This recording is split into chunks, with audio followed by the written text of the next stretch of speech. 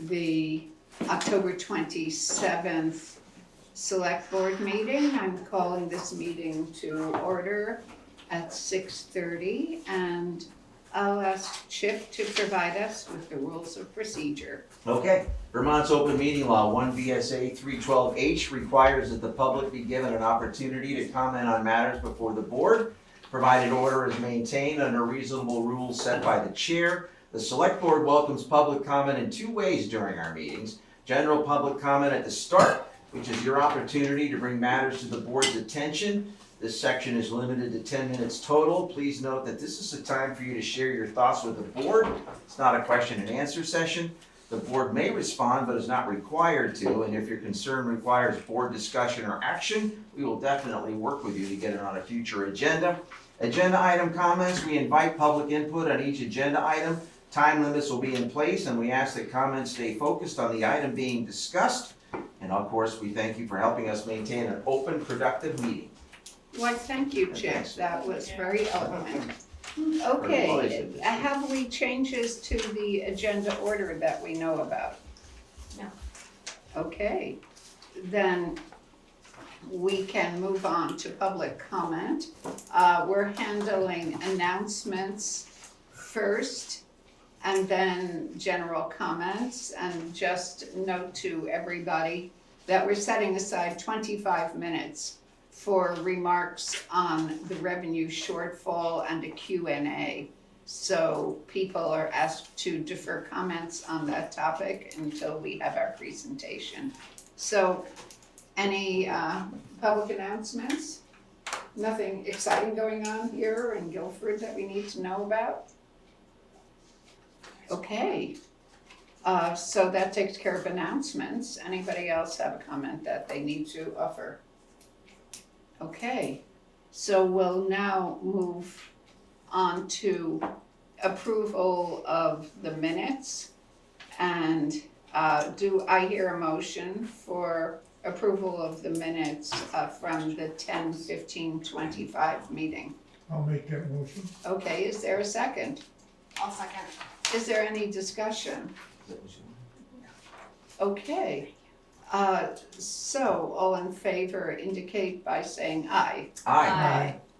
Okay, I wanted to mention that for anybody who is curious about where Sheila is, Sheila's entire family has come to visit, and she's taking the evening off for family fun and family values. So we'll miss her, but we can lift our thermoses to family values. So moving right along, this takes us, did we vote on the minutes? Yes, we did. Yes, we Oh, did. thank you so much. I'm really wanting everybody to be vigilant with me that We always are. well, good. Good, because sometimes our discussion is so exciting that I forget that we need to vote. Okay, so Tara, will you lead us through the warrants? Yes, I move to accept the warrants as written. Payroll week 10/19/25 is $8,285.12. Expense warrant number 2608 is $385,791.53. And expense warrant number 2608F is $8.50, for a total of $394,085.15. Okay, is there a second? I'll second that. Okay, and do you have any conversation about it, Tara? Yes, so $17,730 was for all 13 of the social services appropriations approved at the town meeting for 2025. $8,991.59 was for Blue Cross Blue Shield insurance. $4,727 was to Chesterfield Tire for winter tires and repairs for 7 different vehicles. $321,550 is the total appropriation to the Guilford Volunteer Fire Department that is approved at the town meeting. $1,852.33 is for Roberts Energy, which is diesel fuel. $24,735 is for Wyndham County taxes. Oh, right. Yes, our county tax Our county taxes. for the year, yeah. And then $1,230.78 is our quarterly water payment. Quarterly, The town of Brattleboro. oh, so we paid that to the town of Brattleboro, and the water, is for Algiers? Yeah, yes, for anybody who's a customer of the water line. Right, who then pay into the, Yes. okay. Yep. Now I understand. Are we ready to vote? Yes. Okay, all in favor say aye. Aye. Aye. Opposed? Okay, we have accepted, the warrants. Okay, so we're moving on to updates and reports. So Erica, let's hear from you. Thank you. In the last week and a half since our last meeting, here's what I have, a sampling of what I've done. I renewed our .gov website domain, which had expired. We got an email, Uriel got it and I got it, and we kind of talked about like, does this seem scammy? What, Oh, what to make of right. it? Because the government never normally writes people.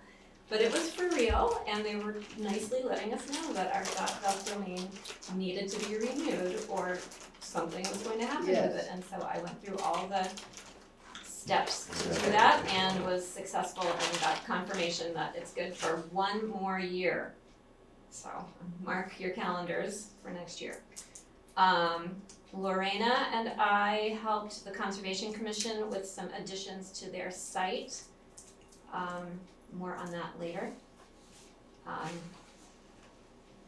Do you need a Guilford, website? I'm sorry. yeah, on their portion of the town website, there was some information that needed updating, which I'll talk about in a second. Guilford Center Road shoulder work was done. That looks great. To everyone's delight that lives off of that part of Guilford Center Road. So that was the steep edge? Yeah. Right, okay. Yep, that's all completed, and that will be the end of our paving job for this year. Jimmy arranged it, but I communicated about it with our website, Front Porch Forum, called the school and called the bus company to make sure that they knew that it was happening, like I did last time with the paving. Uriel is out this week, our town clerk is out this week, but the assistant town clerk, Lorena Cuevas, is in. She does have limited hours, so more so than Uriel, so call ahead if you need something specific that only the town clerk or assistant town clerk can do. But on Uriel's behalf, I want to let y'all know that something from the state came down differently. Uriel has been really good about promoting this and announcing it on the website, and he put a Front Porch Forum notice too. So land postings, which everyone was under the assumption that you can just renew them annually in the fall, that's not the case. They are good for one calendar year. So it's another thing like a dog license to renew in January, and it's good for that whole year. There was some misunderstanding caused by the state, and they just let town clerks know that, so everybody's scrambling this year to adjust that schedule, and that is one of the things that has been updated on the Conservation Commission's webpage too. They had a little thing about posting your land. So. May I ask a quick question about that? So, was there any, they don't have a list of people who, I mean, is there a way we need to notify people who think that their land is still posted to let them know? I mean, this is a town clerk issue. It Not a is, yeah, select so, board issue. yeah, that I don't know the answer to, but I think people need to understand when their posting is no longer valid. Right, I mean, that's just a public service thinking, And so the Agency of Natural Resources has all those valid yeah, postings on the website, so you can Oh, check if you're going hunting. too many deer anyway. It is all in the Fish and Game Book Yep, in a condensed version of what you need to do to properly post your land. yes. Mhm. It gets in the Guilford Guide as well. Right, Right. okay. Thank you. Yes. Okay, Moving on. sorry for the interruption. That's okay. That was a really interesting topic. So I assisted a little bit with the sale of our old 1998 truck that's been sitting around. A resident bought that. I have been busy working on Algiers Fire District #1 administrative work, and I finally was able to submit a invoice for administrative time for them, which is great. And some of the administrative work I've done this quarter was working on their webpage on the Guilford et.gov website. So that's updated for AFD, and also handing over that information to Jocelyn Fritz, who is a new Algiers Fire District Prudential Committee member who is hoping to create a new website for the fire district, which is great because technically they're their own municipality and they should have their own website. So between me and Jocelyn, we're working on that, and that's really exciting. That's great. Yeah, I attended it's been a busy week and a half, hasn't it? I attended the Windham County Sheriff's Office Animal Control Officer budget meeting last week. They are reducing the animal control officers' hours for all the towns that are member towns to 22 hours a week. I don't expect to see too much difference in service there. Wardsboro is potentially dropping out of the group, but Londonderry is potentially coming back in.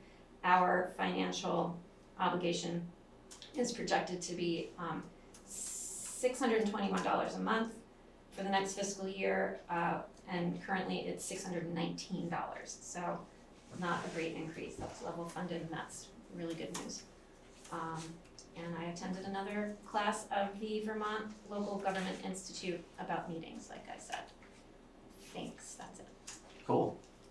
So, was that the finale? That was it. Yeah, I let it to Thank Cindy you Clark. so much. I mean, it's so varied what each 2 weeks requires.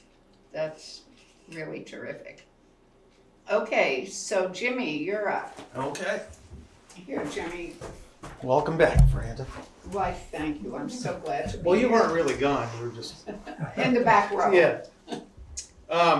So I want to talk about line striping because it generated some conversation and questions. So as far as the fog line, I called that company that has done Guilford. It's basically been like a service that we hire. It's a specialty business, and we've hired the same people forever. So the next day after the meeting, I called, and I had to call half a dozen times before I started playing phone tag. So basically, that means one of two things: they don't have the material, or they don't have the time, and it is too late in the season. And so that answers one question. And the second question was, well, if we can't do that, can we get on early?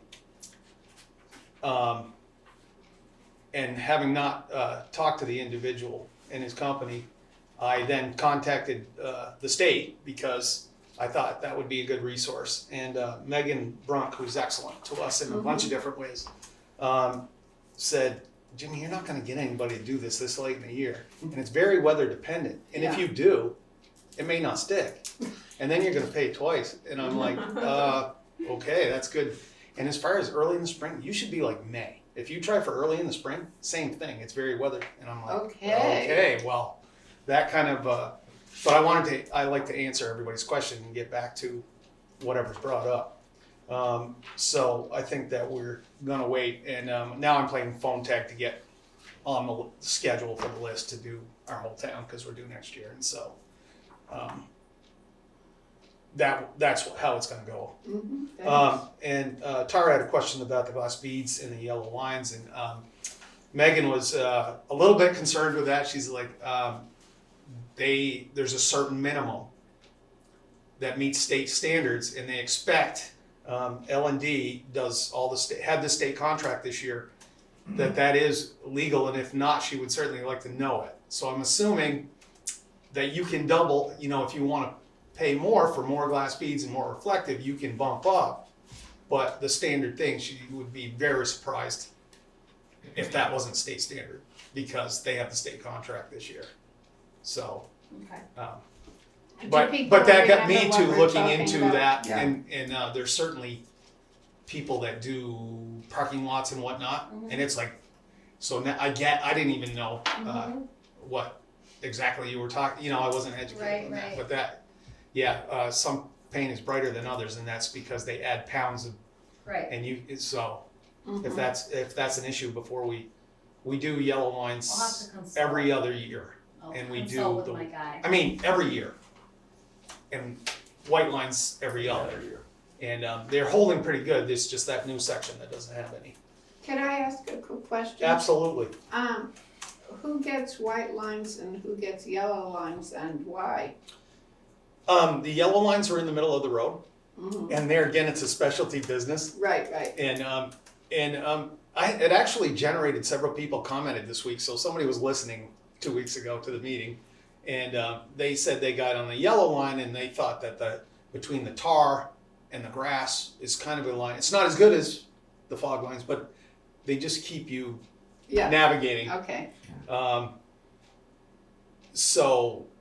And as I said correctly, that it's not, and Chip helped me with that, is not a state standard great, on Okay. the fog line. So I don't think we're taking a big risk. It would be better, but it's too late mhm, in the fall. So it's enough about lines for now. But in the spring, we can certainly revisit that before they come through again and see if we want to bump up or, how that goes down. I'm sure it'll be an additional charge because you pay by the foot, basically. They have it all measured out to the GPS. So, on another note, the well that we were out of water, the well recovered, acting normally. I don't understand still how we left for a long 4-day weekend, came back, turned on the faucet, and it went out. There had to be something running, like at home, like mhm, mhm. a leaky pipe or this. I couldn't find it, but the well has recovered. And it's always been kind of short, so I have asked Nancy Line to get me an estimate, which Mhm. Gary does, and so I'm waiting on that.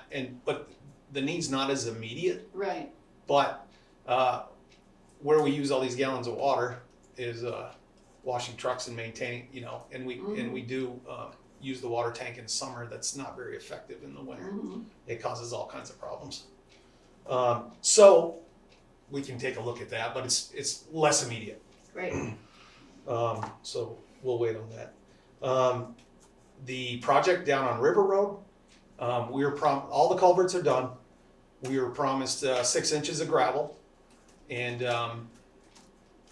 they're going to do that. With some towns, they ended up negotiating doing a couple inches and then coming back in the spring, and because they're scrambling. But they are continuing down River Road and putting 6 inches of gravel down. I had I inspected every culvert header, all 39, inlet and outlet, and a few of them they redid. Very, very accommodating. I'm like, I just don't really like this. I'd like this changed and more rock, and no problem. So they've been good in that respect.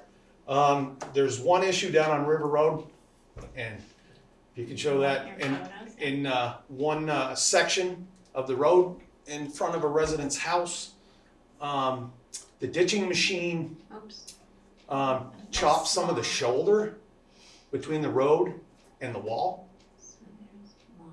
Let's see if I can find a better one. And I don't know, I took 5 or 6. Basically, the resident came out and had their dirt guys rebuild that. And judging by, that's kind of a good one, it looks like it narrowed down the road. I don't know exactly where it was, but the other side's about a 40-foot cliff. And so that concerned me. And I haven't talked to them. When they go down and gravel, I asked.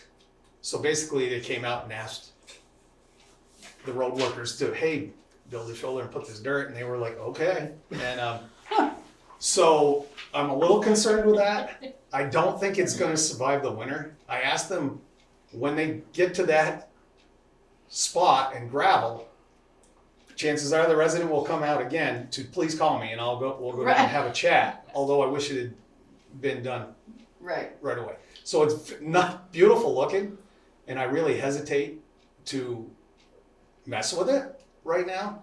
But there's a culvert there, when I was looking at it with the Grattan Line Guy to talk about the outlets, 2 cars tried to pass there. One of them went up on the brand new loam burn to pass 2 cars, and I'm like, that's gonna happen, and I'm not saying my plow guy or my grader's not gonna push that back. That is a 3-rod road there. If you went to 2 rods, it would be right up against the wall. So that 10 feet of dirt right there is well within the right of way. And like I said, we're not in the business of causing problems, but if it gets flattened and run over because people are, so I'm gonna let it ride and see how we get through this. And there is a culvert there, and the inlet is probably 2 feet into that shoulder. And that might be where it should be. But we'll gravel it and we'll let it ride and let it feel out. I will say, I'm not, if they come down and say, hey, they just tore up my grass and my loam, I'm not going down there to fix it. I'm just telling you right now, because to me it's a little too narrow and it's pushing people towards a cliff, and so I don't really like it. But I don't know where it used to be. I know a comment was made that 40 years ago this was 1 lane right here, and Green River was full of trout then, and I wish it still was, but it's 40 years have gone by, and Point taken. okay, that's enough of that. So you're saying they should be almost 50 feet, 49 and a half feet? Well, we have the right, it's their land, Yeah. it's our access. Yeah. We have the right to, so the state law last year, when the issue came up on Weatherhead Hollow Road, Right, that's what I was. there's a state law that's really in reverse. You cannot touch that wall without landowner permission. Okay. A big oak tree, a cemetery, even though it's in the right of way, I have to work around it. Gotcha. That's the historical aspect of. And so that's why I'm really cautious when people want to plant trees Right. or put up fences, Yeah. because then they can use that to say, if we find out, I try to keep it back and say, hey, we actually could work to here. So Yeah. just so That you makes know, sense. I like it. that wall, we could be up to that wall in a 2-rod road, Wow, and it's a okay. 3-rod road, but Yeah. I couldn't touch that wall. All right. And again, we try to accommodate everyone as long as it's not a safety issue. Perfect. I just wanted to bring it up for if it ever comes up again. Well, maybe in the next edition of the Guilford Guide, you could have a little section about stuff you don't know about roads. Right. No, I mean, I think it's very interesting. Well, there's 4 maple trees that were put in the village less than 5 years ago, and the branches, I'm like a year or 2 from knocking on the door and saying, hey, I don't believe they should have been planted there. Right. But the branches break windows, mirrors, or windshields. 1 mirror on a 10-wheeler is $1,100. It's heated, it's this, it's that, it's got signals in it. People don't realize, Yeah. We're just protecting your equipment and so usually I knock on the door and say, hey, anything over the road is mine. You can trim it, but if a month goes by and it's not, I'll do it. Okay. And usually everybody's been fine with that. They're either like, Jimmy, cut it, or I'll take care of it. And I've not had it, so actually Kyle Parker said, I'm gonna plant some new trees in my new yard. How far should I be? And I said, 2 mower links, which is 10 feet, would be great, because that'll protect your tree. And also, hopefully it'll get tall enough, the branches will be over what we need. And if you're 2 feet from the road, it's gonna be a problem in 5 years. And then you might love the tree by then, it just creates problems. So I was glad that he asked. So we'll make sure if we see Kyle Parker that that guy's he does. trouble. Yeah. No, Tree no. planter. Tree, yeah, tree Yeah. die. Tree Nice row of maples. Yeah. So not to go on and on. Mr. Eastman commented, and I apologize because I got up Cause the GMP guy was here last meeting and, I thought they were done with me and I got up out of my chair and he had a comment. And, I wanted to address that.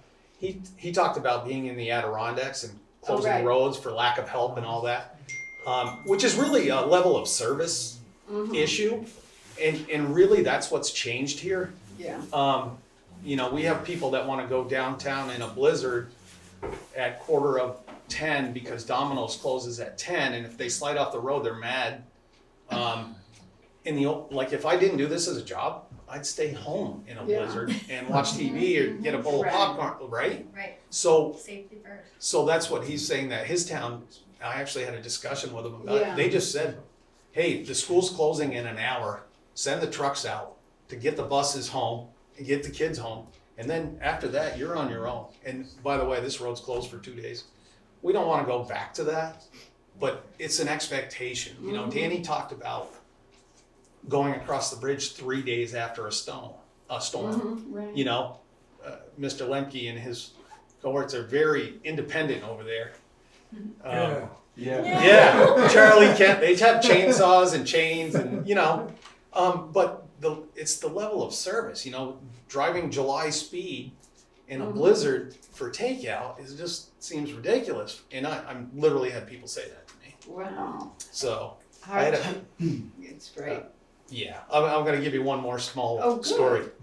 Well, 25-year-old guy calls me about 8 hours into a storm, 9 o'clock on a Friday night last year, and he's on Lake Ridge, and he said, "Hey, when are you gonna plow my road?" I said, "We already have once. Everybody's out. I just stopped to refuel." "Well, you need to get up here because me and my sister are bored and we want to go downtown." And I said, I suggest you sit down and watch a movie. You Take still have up power. meditation. And later, one of the crew met him. They actually walked all the way to Route 5 and had their friends pick them up. Oh, no way. But, I mean, that's what I'm talking about. What people expect is way different than it used to be. And if we don't have help, that's what you're not going to get. It's going to be longer to get to you and that kind of thing. But hopefully none of that happens. But I thought it was a good point. Yeah, And Mr. Eastman also called me because he is working with the Conservation Committee, and he's asked me if he could install a beaver deceiver at the culvert on Fairground Road. It was paid for by a grant to the BEC. right. So he did that this weekend. Oh, You know, so he wanted permission to go ahead and I'm like, if you can protect it, we had a discussion. He knows how I typically deal with beavers, and that's they can live where they're not causing problems, and when they cause problems, those individuals have to go. And he wants to try another way. I'm like, hey, open-minded.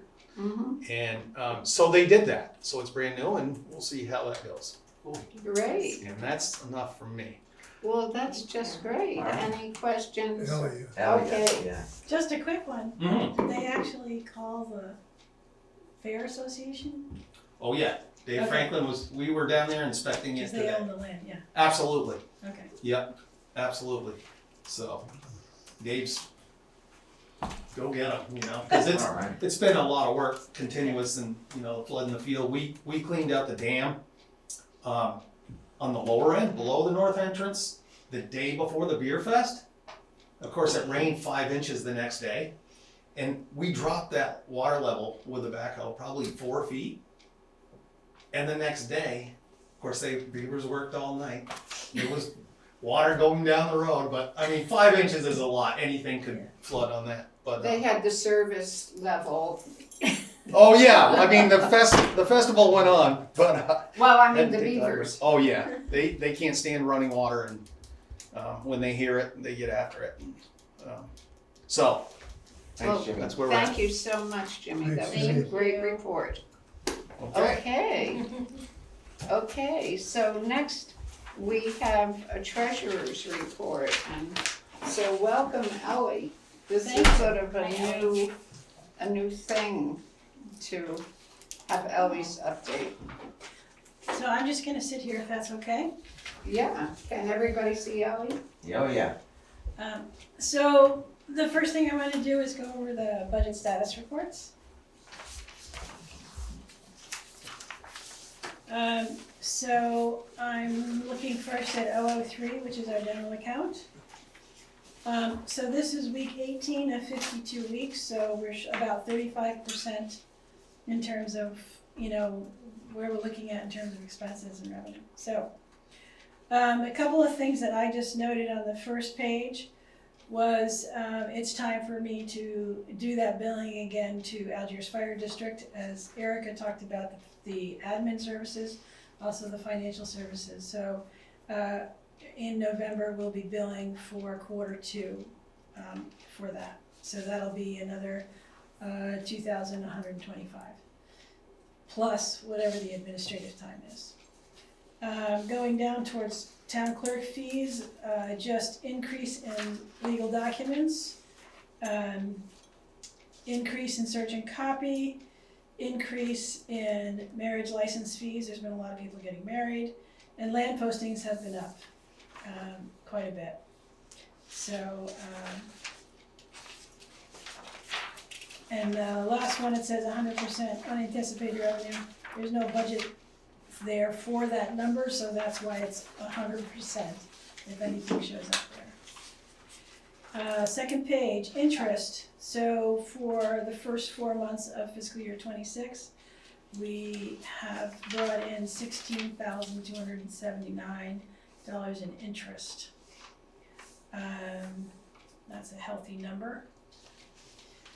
Now jumping to expenses. I'm noticing workers' comp says 87%, but we're looking at a number that should represent the year, not just up to this month.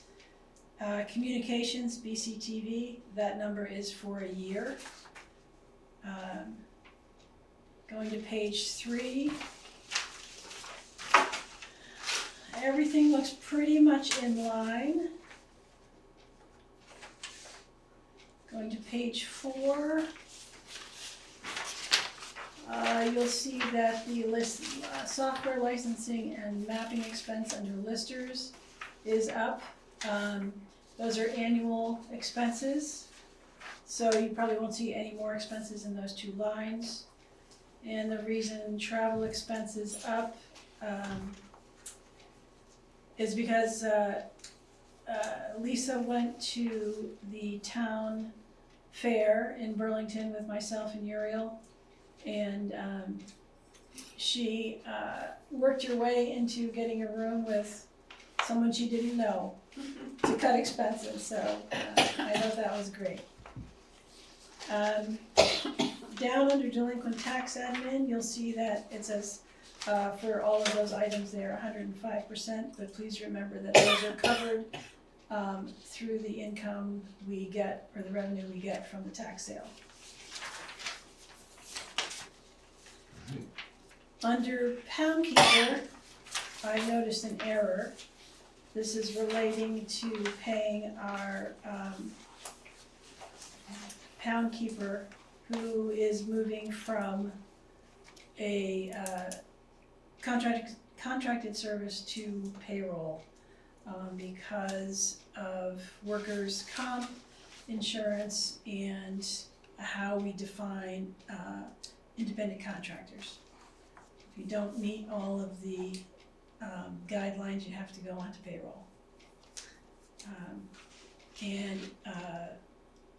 So I think the total expense at this point is actually the $644 plus the $799, so about $1,600. Wyndham South, down at solid waste, we've paid 2 quarters of the Wyndham Solid Waste assessment, so that's why that's at 50%. On page 6, VLCT, rescue, county tax, those are all annual payments, which is why you see a high percentage.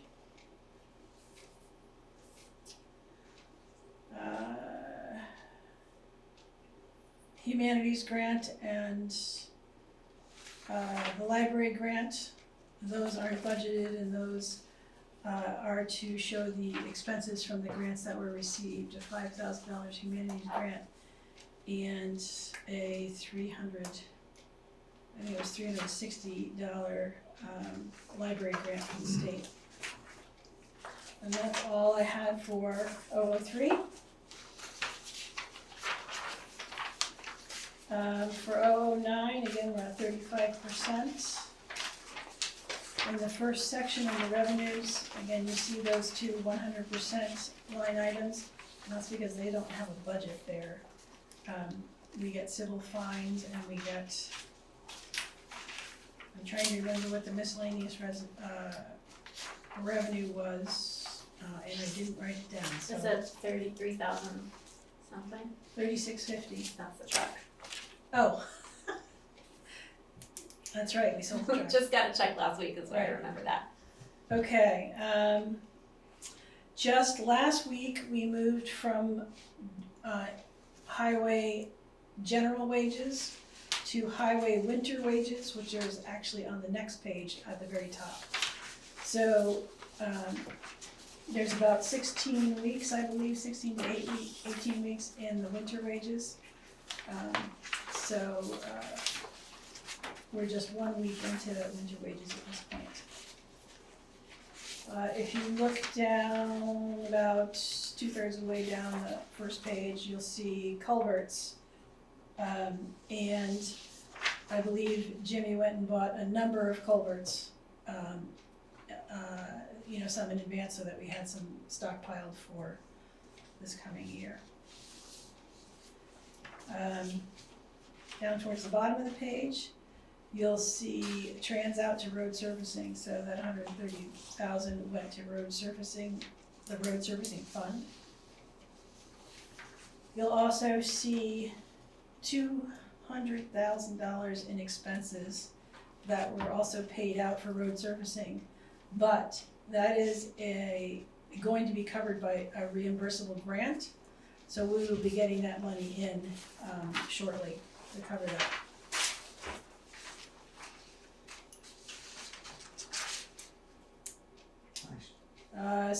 Town garage expenses, middle of the page. Our safety equipment is up a bit because we just got a new employee who needed to be outfitted.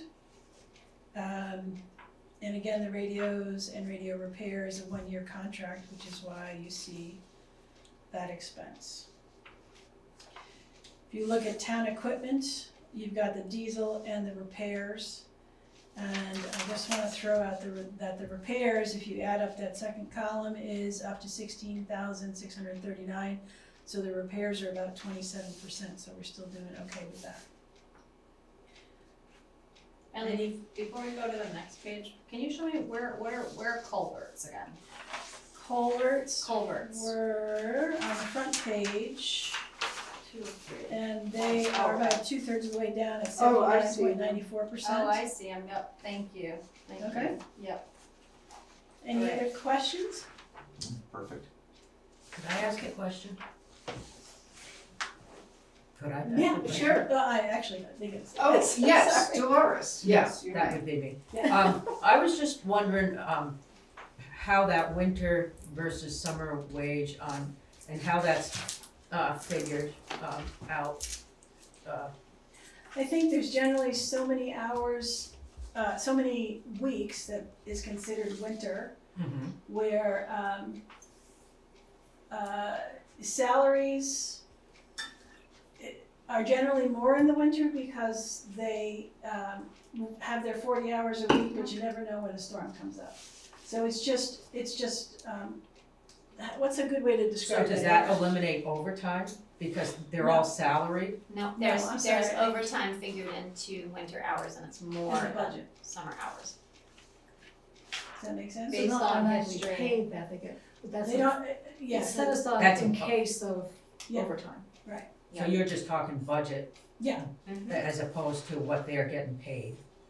right, they still have an hourly wage, their hourly Okay, wage yeah, doesn't okay. change. Mhm. It's just that we budget for a somewhat more overtime during Yeah. the winter because of unpredictability of storms and things like that.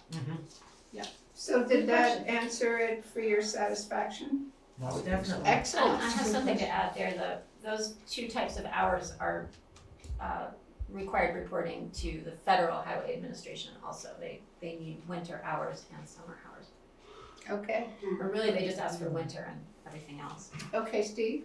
Steve Lemke, River Road, Ellie. Yeah. If you, it's a little difficult when you've got the 100% and 50% and think about amortizing those costs that are already paid over the 52 weeks. So it's sort of a gut feel question that I have. Right now, we're at 35% of the budget. Do you think we're reasonably on target? There's nothing in your report that makes you feel alarmed that something is substantially over or under the resources that we have in order to pay our bills? Good question. So I generally look at the last page of each report. So let's take 003. Right now, our total budget is $1,391,156. And our total actual expenses right now are $303,207. So, and the percentage is 21.80%.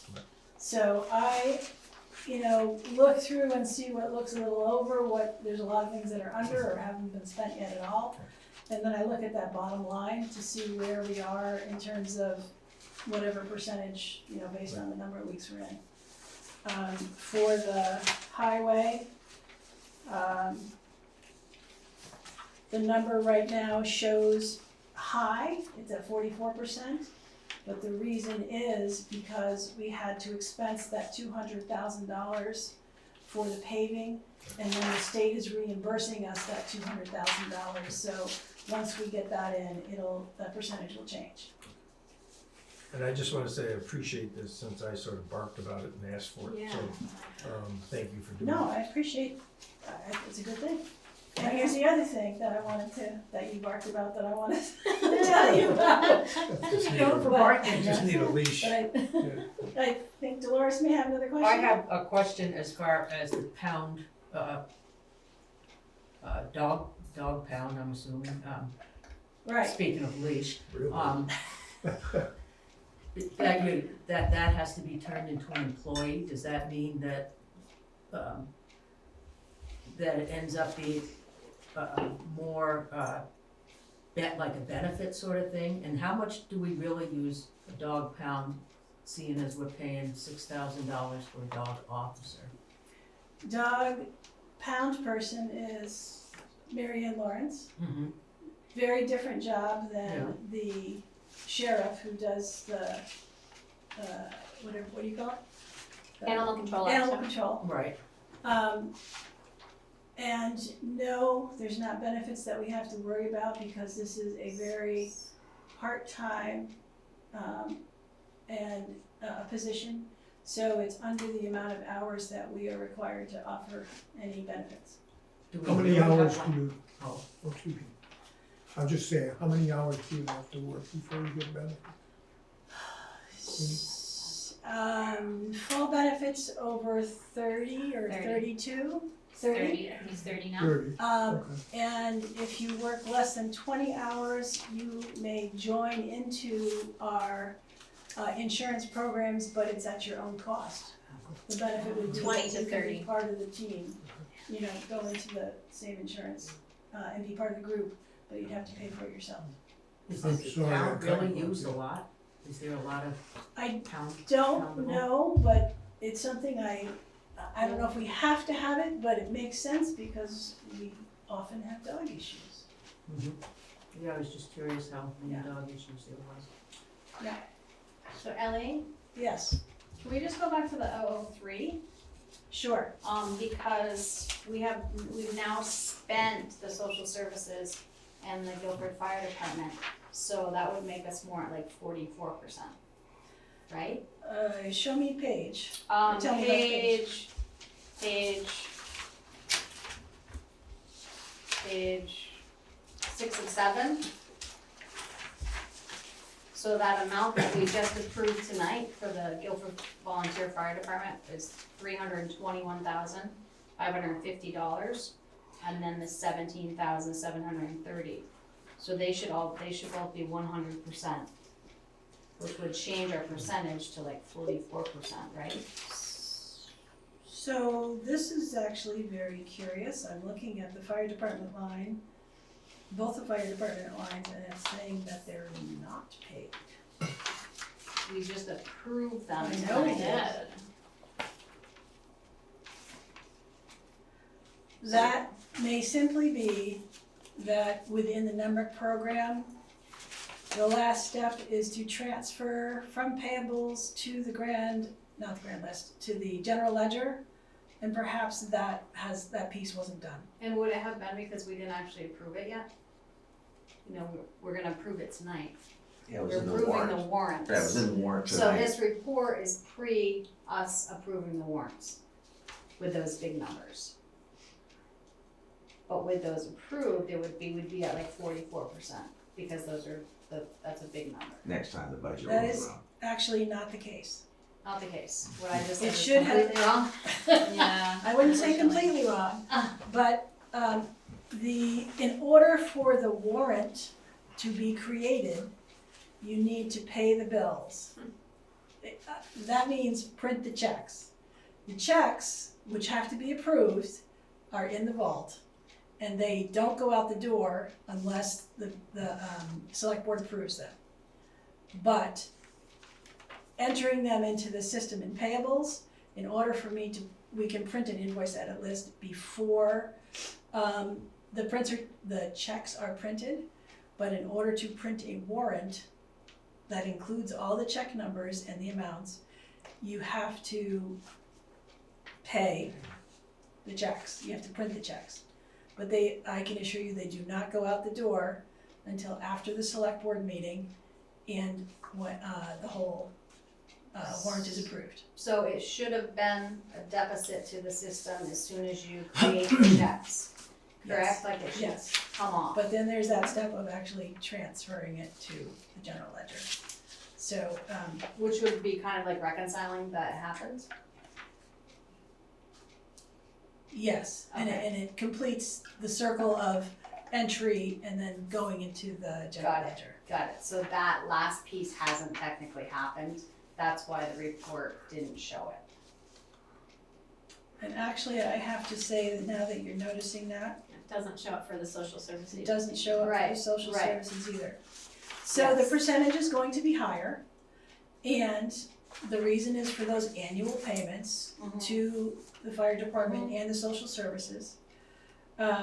You will gradually see the percentage go down because the number of weeks will increase, but those payments only get paid once, so the percentage will go down.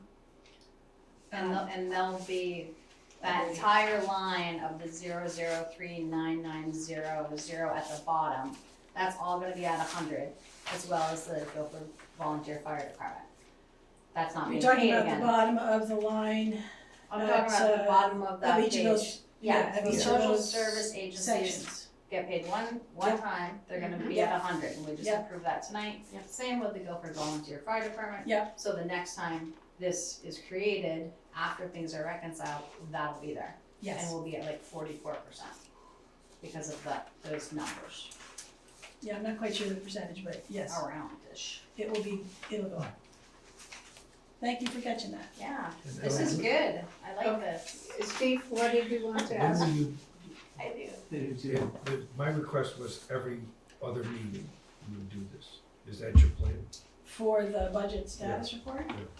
I thought it was every meeting. Oh, no, I don't think that's necessary. It makes more sense to do it once a month, for me, but It makes more sense to me too. I was actually just thinking that same thing, like, cause just the way that the process is and the amounts that change and everything like that, and so, yeah, once a month. We look at it twice a month, but a once a month report I think is definitely enough. So I can create it like I did for tonight before each Yeah. meeting, and then for Ellie's report, she can annotate it. Yeah. The way she did them.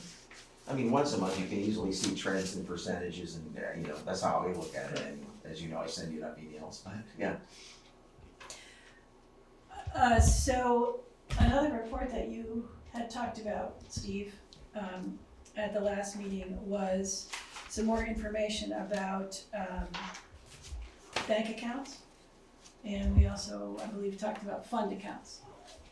So in thinking about this, I came up with a possible report. And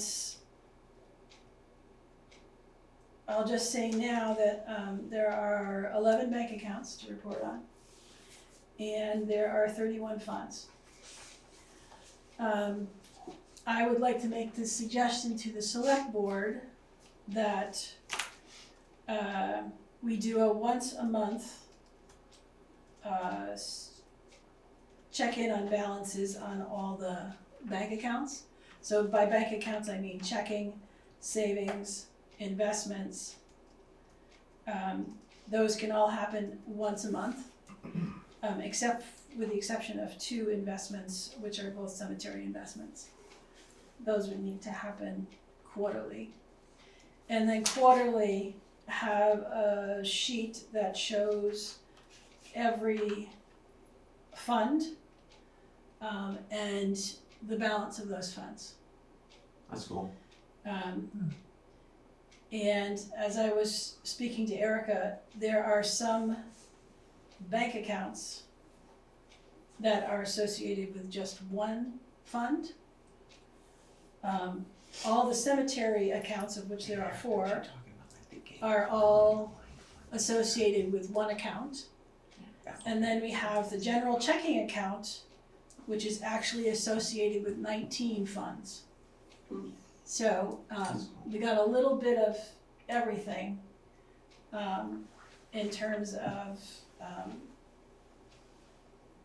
reporting on things. Mhm. But we reconcile bank accounts and investment accounts either, most of them are monthly, and then the other couple with the cemetery are quarterly.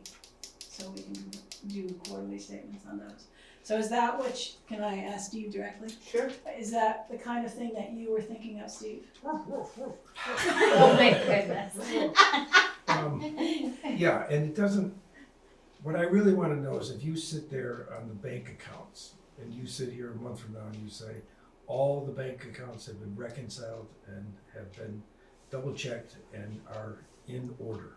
That's good enough for me, so that we're not 10 months from now going, Jesus, look at this. Let's transfer some money from the reserve fund. That's, and I think. Well, I can tell you right now that every bank account is reconciled monthly, except for the ones we do quarterly, Right. between myself and Marlene. Okay. And if anything arises that's unusual, like we can't reconcile for some reason, we usually talk with each other, and then we start going down the list, like with our general account. Have we looked at the state payments that have come in? Have we looked at Fish and Wildlife and the ACHs they take out automatically? Have we looked in Municipay to make sure that we have printed out a receipt for everybody who's paid online? And made sure it's not only in the Municipay account, but it's also showing up in the bank account. So there's a lot of checks and balances between the 2 of us, but yes, we are up to date with reconciling every account, and it happens every. So all I was looking for is guardrails to protect the town and protect all of you. And I think once a month is fine, as long as people are tuned into it, so that they're asking the right questions, the town and the select board, so. Yeah, okay, that's good. Okay, are there any other questions for Ellie before we conclude this report? Okay, well, that was Thank really. you, Ellie. Yeah. So, I like that. It's informative. yeah, I mean, just personally, my public education is really important. I haven't spent my life around, the granular study of numbers, and this is really helping me feel more competent. So, thank you so much. Yeah. Okay, so, I'm going to unmute Guilford Free Library, who I'm Guilford Free going to Library is assume is. in the house. Hello. Oh, hi, Guilford Free Library. Hello, we're at the Guilford Free Library. Can you hear us okay? We can hear you fine. We wanted to show you some of our Halloween decorations. The library got decorated for Halloween this week, so hopefully they're There's at least a pumpkin in the background. Mhm. Well, thank you for having us. I wanted to share my screen. I have some statistics and photos to share. Can I do that? Yeah. Do I need to allow you to do it? Oh, yes. Great.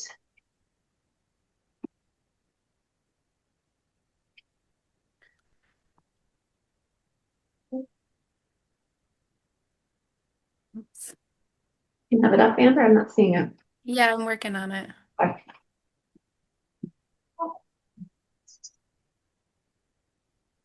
Can you see? Okay. Yeah. Okay, thank you. Great. So just a few highlights. These are some of our statistics from the month of September. We had 424 visits to the library, 466 books checked out, 166 attending at programs and outreach events, and 152 ebooks and e-audiobooks checked out. It's been really exciting to see people use more ebooks and e-audiobooks as they learn how to use them. So that's a very fun number to see go up. And then just some pictures to show from events that we had in September. We had our annual hot dog roast, and there was some more rocks painted to add to the library's rock snake. And then we had our last dance party outside, which has been a really fun thing to have this summer. And then on Friday, coming up, if you know any little people, we are having our Halloween in Guilford Center. This has been happening on Halloween for like several decades now. And it's especially for the littles. We'll trick or treat in Guilford Center from 5 to 6, and then we'll have a little parade at 6 p.m. and some spooky songs and stories. And you can park at the BBCC or at the library. And we hope you'll tell all the little people to come join us. The library gives away a free book to all of the kids that come to this event. And this year, the Friends of the Guilford Free Library will be giving away craft kits for kids to take home too. Okay, so I'm going to stop sharing.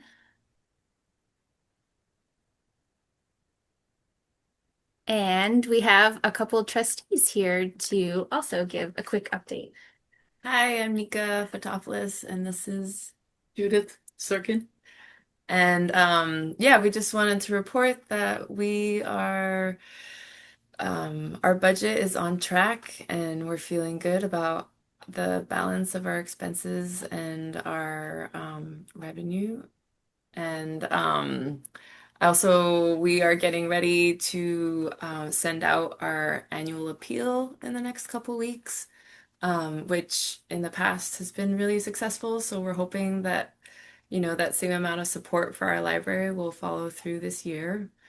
And yeah, just today we are getting ready for that cold weather, and just started putting in our storm windows that you can see behind us from window dressers to keep us nice and cozy and heating efficiently. And yeah, that's pretty much it from us as the trustees. Thanks for listening. Thank you. Thanks. Well, thanks so much for visiting, and it's just always great to get to that library, no matter how old you are. So thank you so much for making time for us.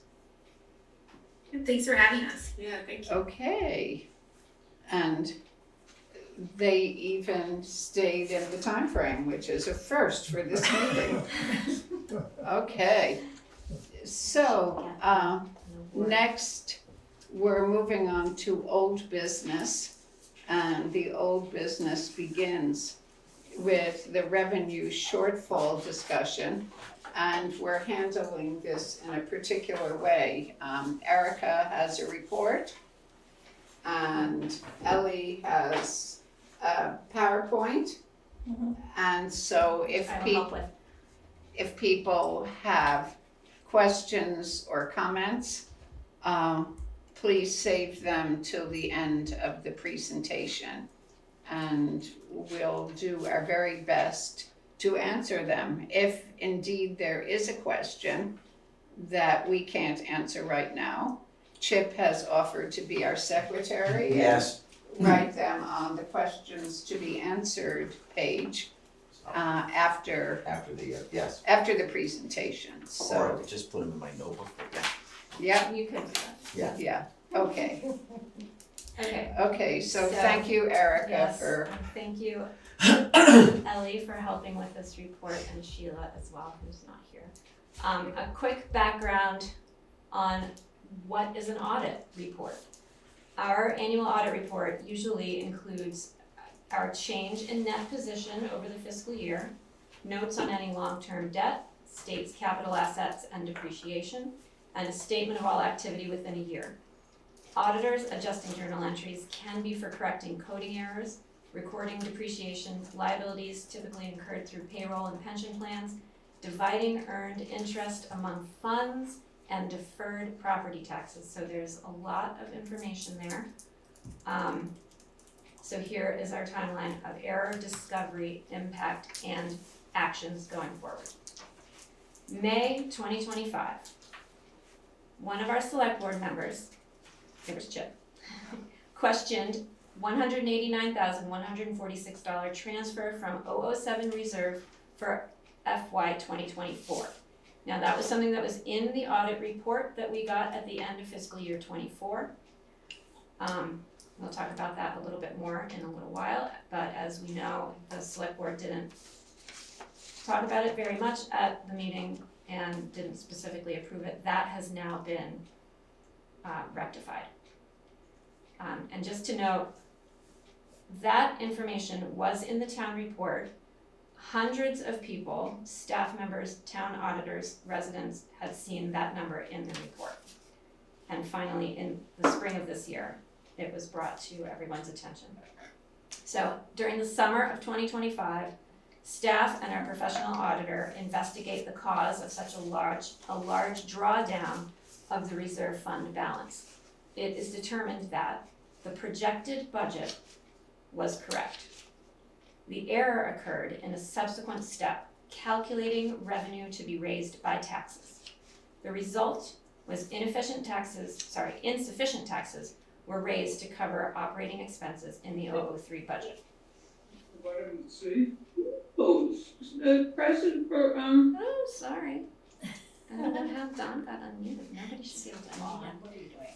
Anyway, thank you for being here, Don. How many years did this error occur? 3 years.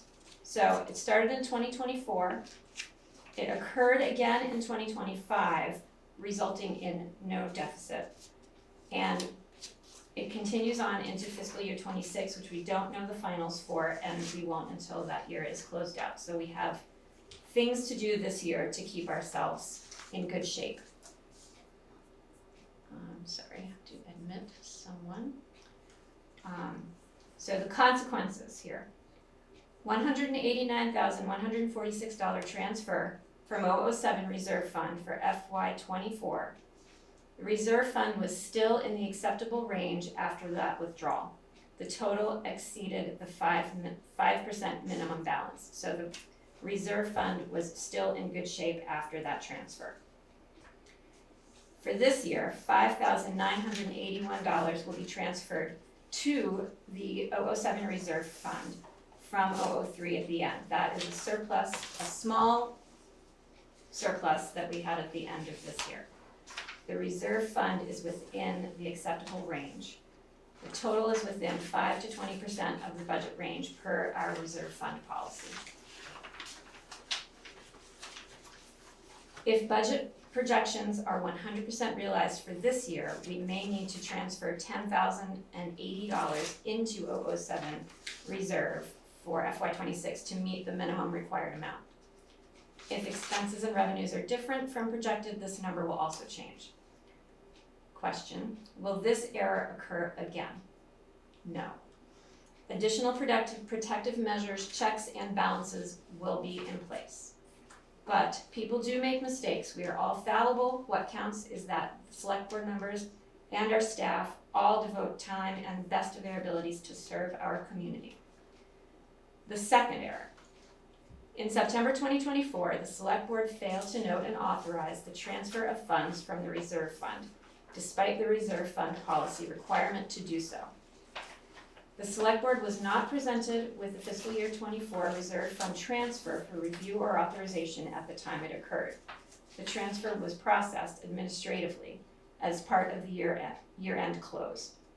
Upon understanding this gap in formal authorization, the current Select Board immediately moved to retroactively approve the transfer in accordance with VLCT and our Town Council's guidance. The transfer was ratified retroactively at the last Select Board meeting, 10/15/25. Year-end auditor recommended adjusting journal entries are generally pro forma and do not require authorization by the Select Board. They are accounting adjustments based on audit review. But in the future, the practice should be to have the Select Board review all professional audit adjusting journal entries, especially those that withdraw money from the Reserve Fund, and approve them before the final draft of the report. And Sheila had a note to share. She notes that it's possible that she could take responsibility for this formula error in years past before Ellie and I started here. It may have originated at a time when Peter was town administrator and she was assisting. Thankfully, now that is discovered, we have our staff and auditors to ensure it doesn't carry through anymore.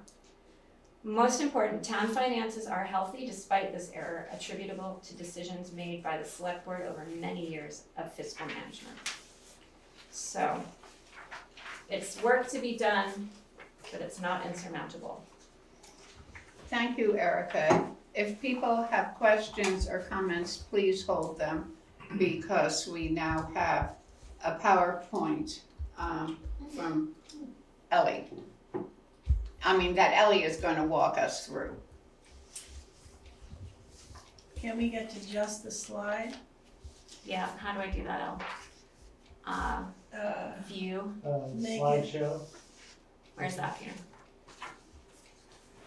right here. Slideshow. Okay, there's a bunch of other stuff here.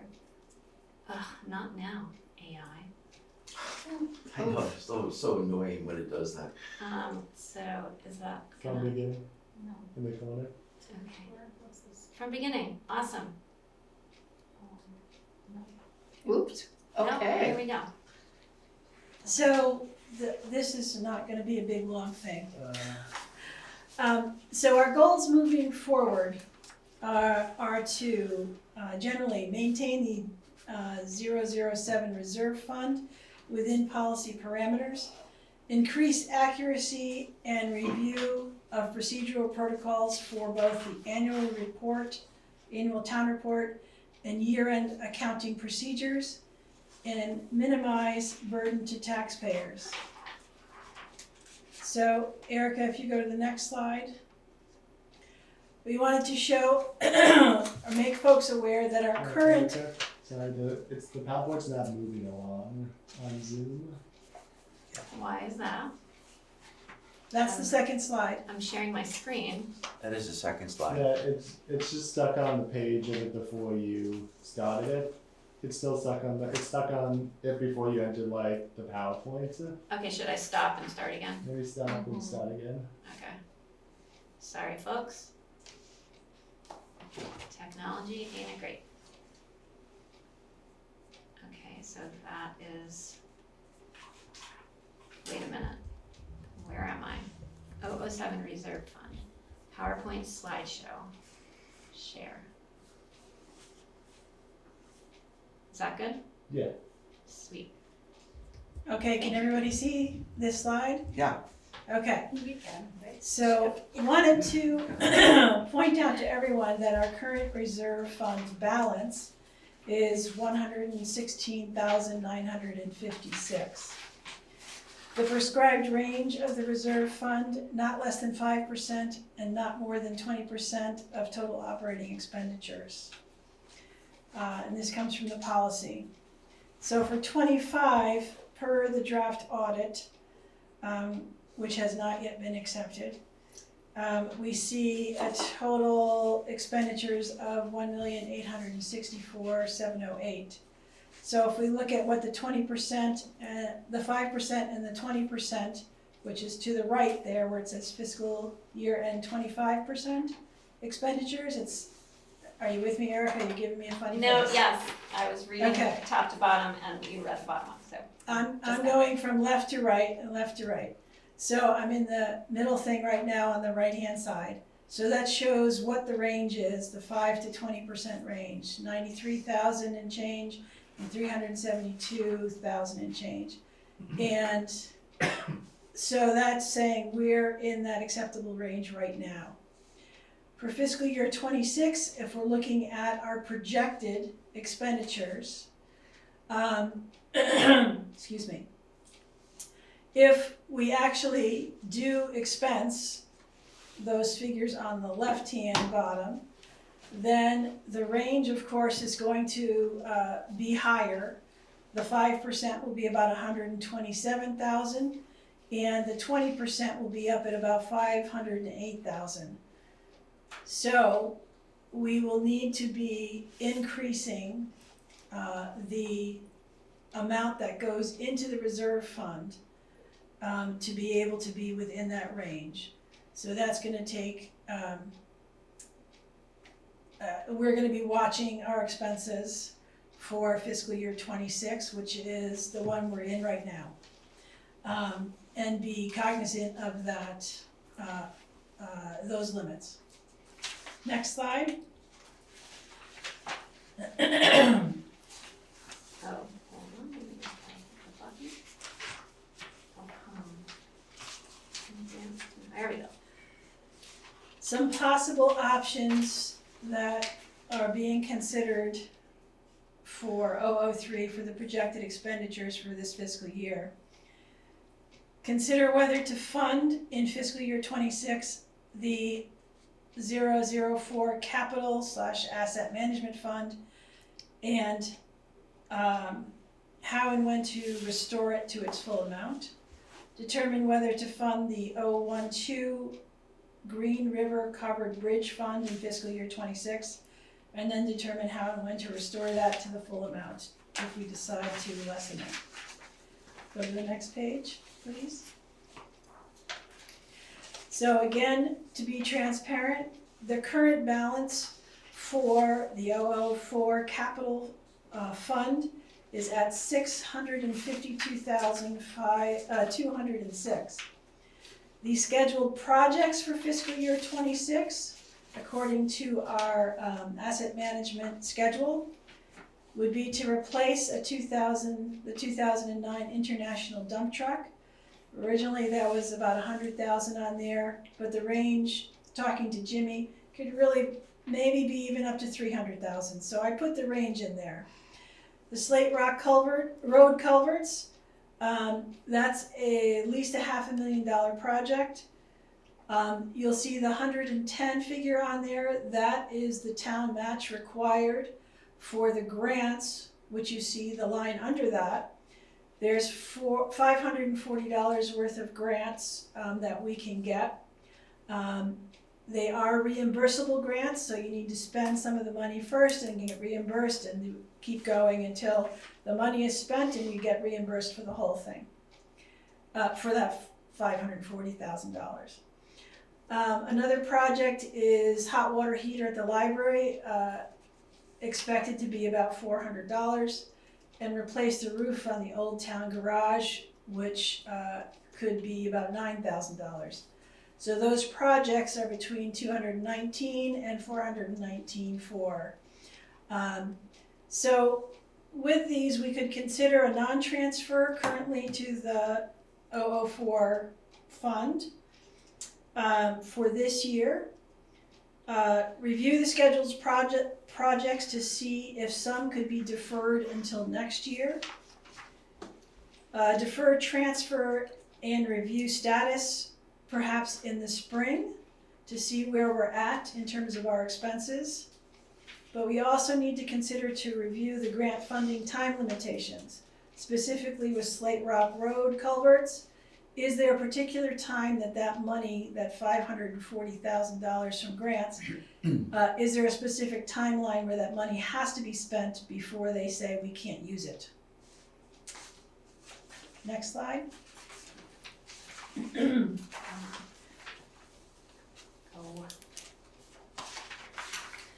So the next fund that was mentioned is the Green River Covered Bridge Fund.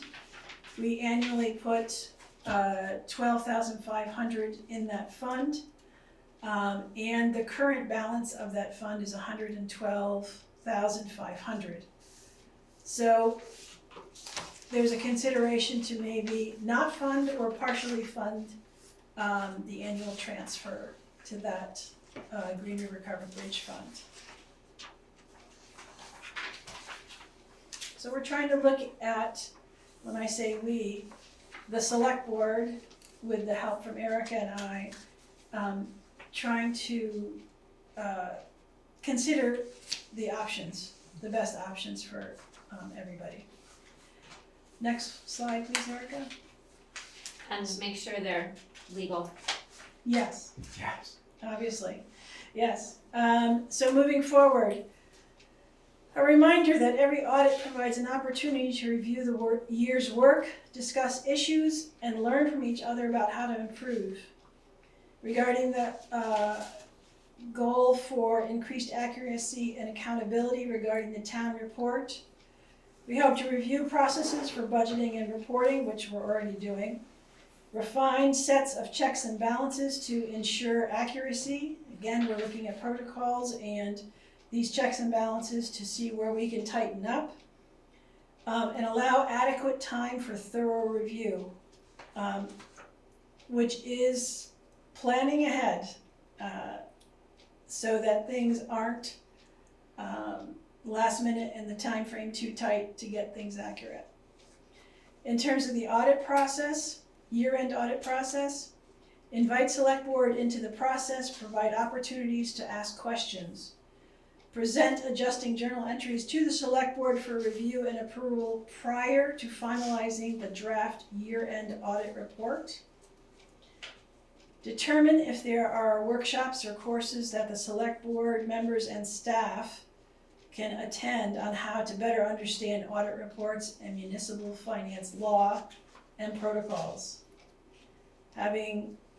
Trying to go through this year's audit report myself, there's a lot of information in there and a lot of ways to look at things. So I think any review about those type of financial reports for everybody would be a good thing.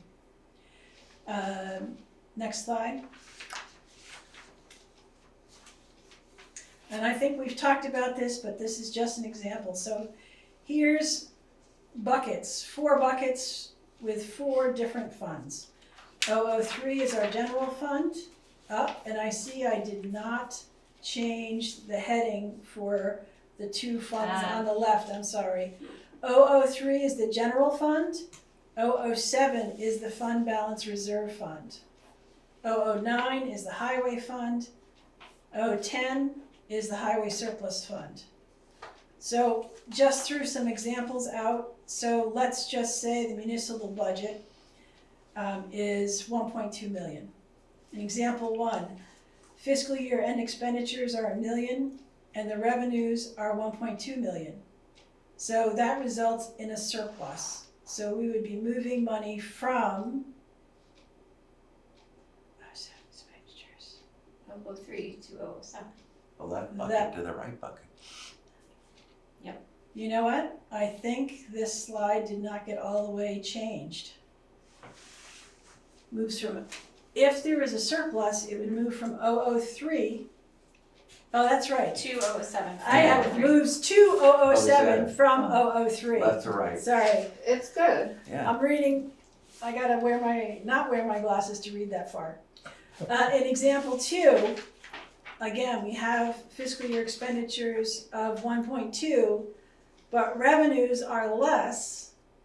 In this example, 300, it should be 300,000. Then it's a deficit.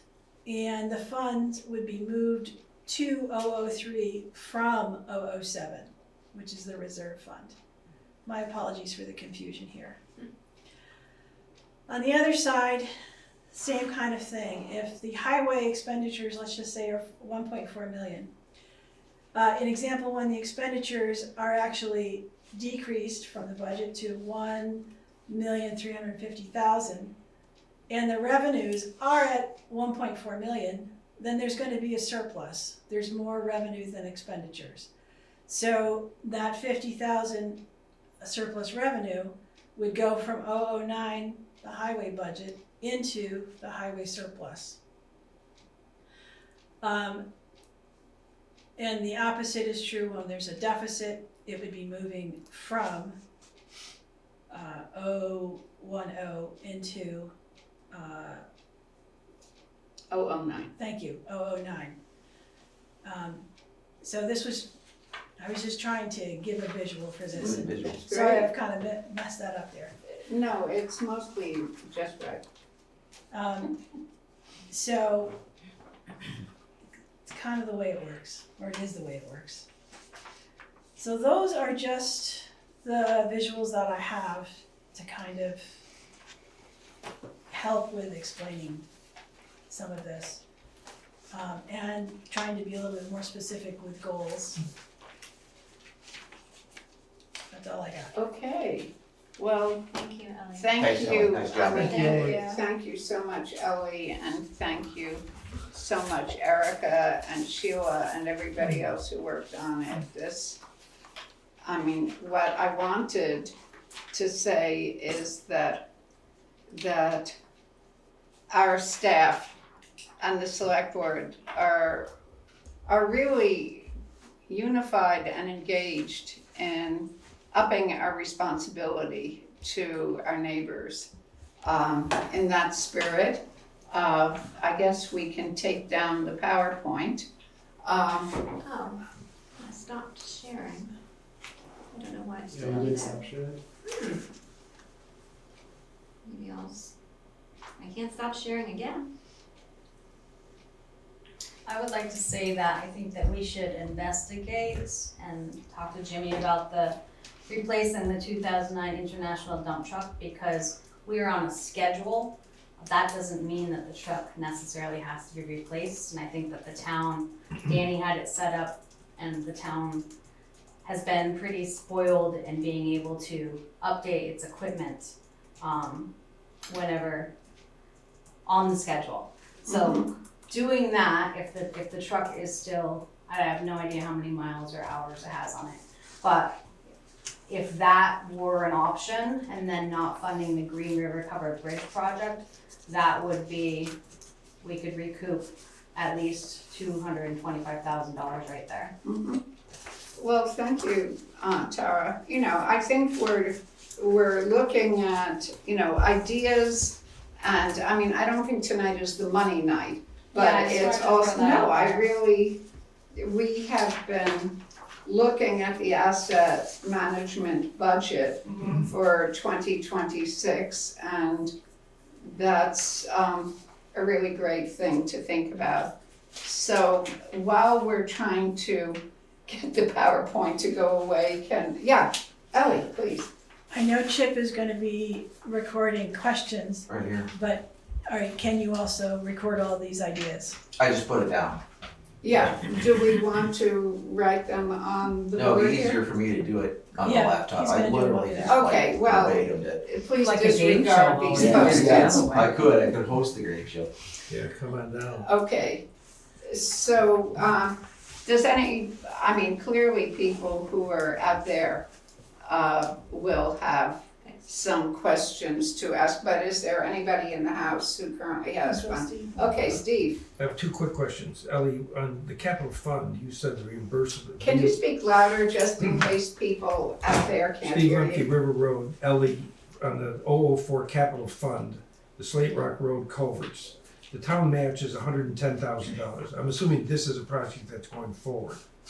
And the wording that you used on the reimbursable grant was, there's $540,000 that we could get. Do we have that money now, or is that something you have to apply for? We applied for that and it was awarded and the work is in progress. So the $540,000 is real dollars for us to spend, which makes the 110,000 match reasonable. It's reimbursable though, so So we have it is to, funded. yeah, we have to, the grants were approved, we have to spend money. Right. And then we have to submit the invoices that we Yeah. paid to get reimbursed. But it's there to be spent. Yes, If we it decide is. not to do it, it's because we didn't put the culverts in for some reason or something, so. Right. And my last question is, the highway surplus is entirely different than the general fund reserve. Yes. And when does something come out of the highway surplus and go into the highway fund? What's the equivalent of an issue that could happen with the highway surplus that would mean that we have to take some money out of there to put in the highway fund?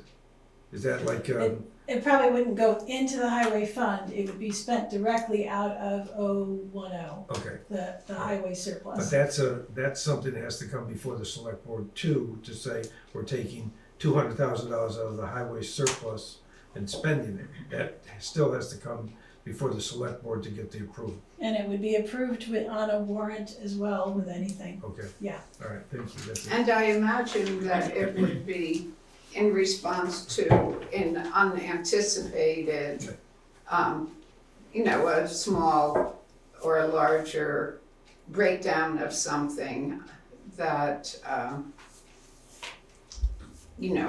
that wasn't, well, I've already said it, unanticipated. Like a flood. Okay, Jeanette, So this globally seems like a systems issue or a process issue. And it seems like you've done some forensic accounting to try to understand how this developed. Do you see a need going forward to have any additional support in terms of either looking for similar errors I haven't caught yet, or help in kind of making our systems more robust going forward so we won't see a similar issue in the future? Good question. I don't have an answer for you right now. Maybe you can record that I question. did.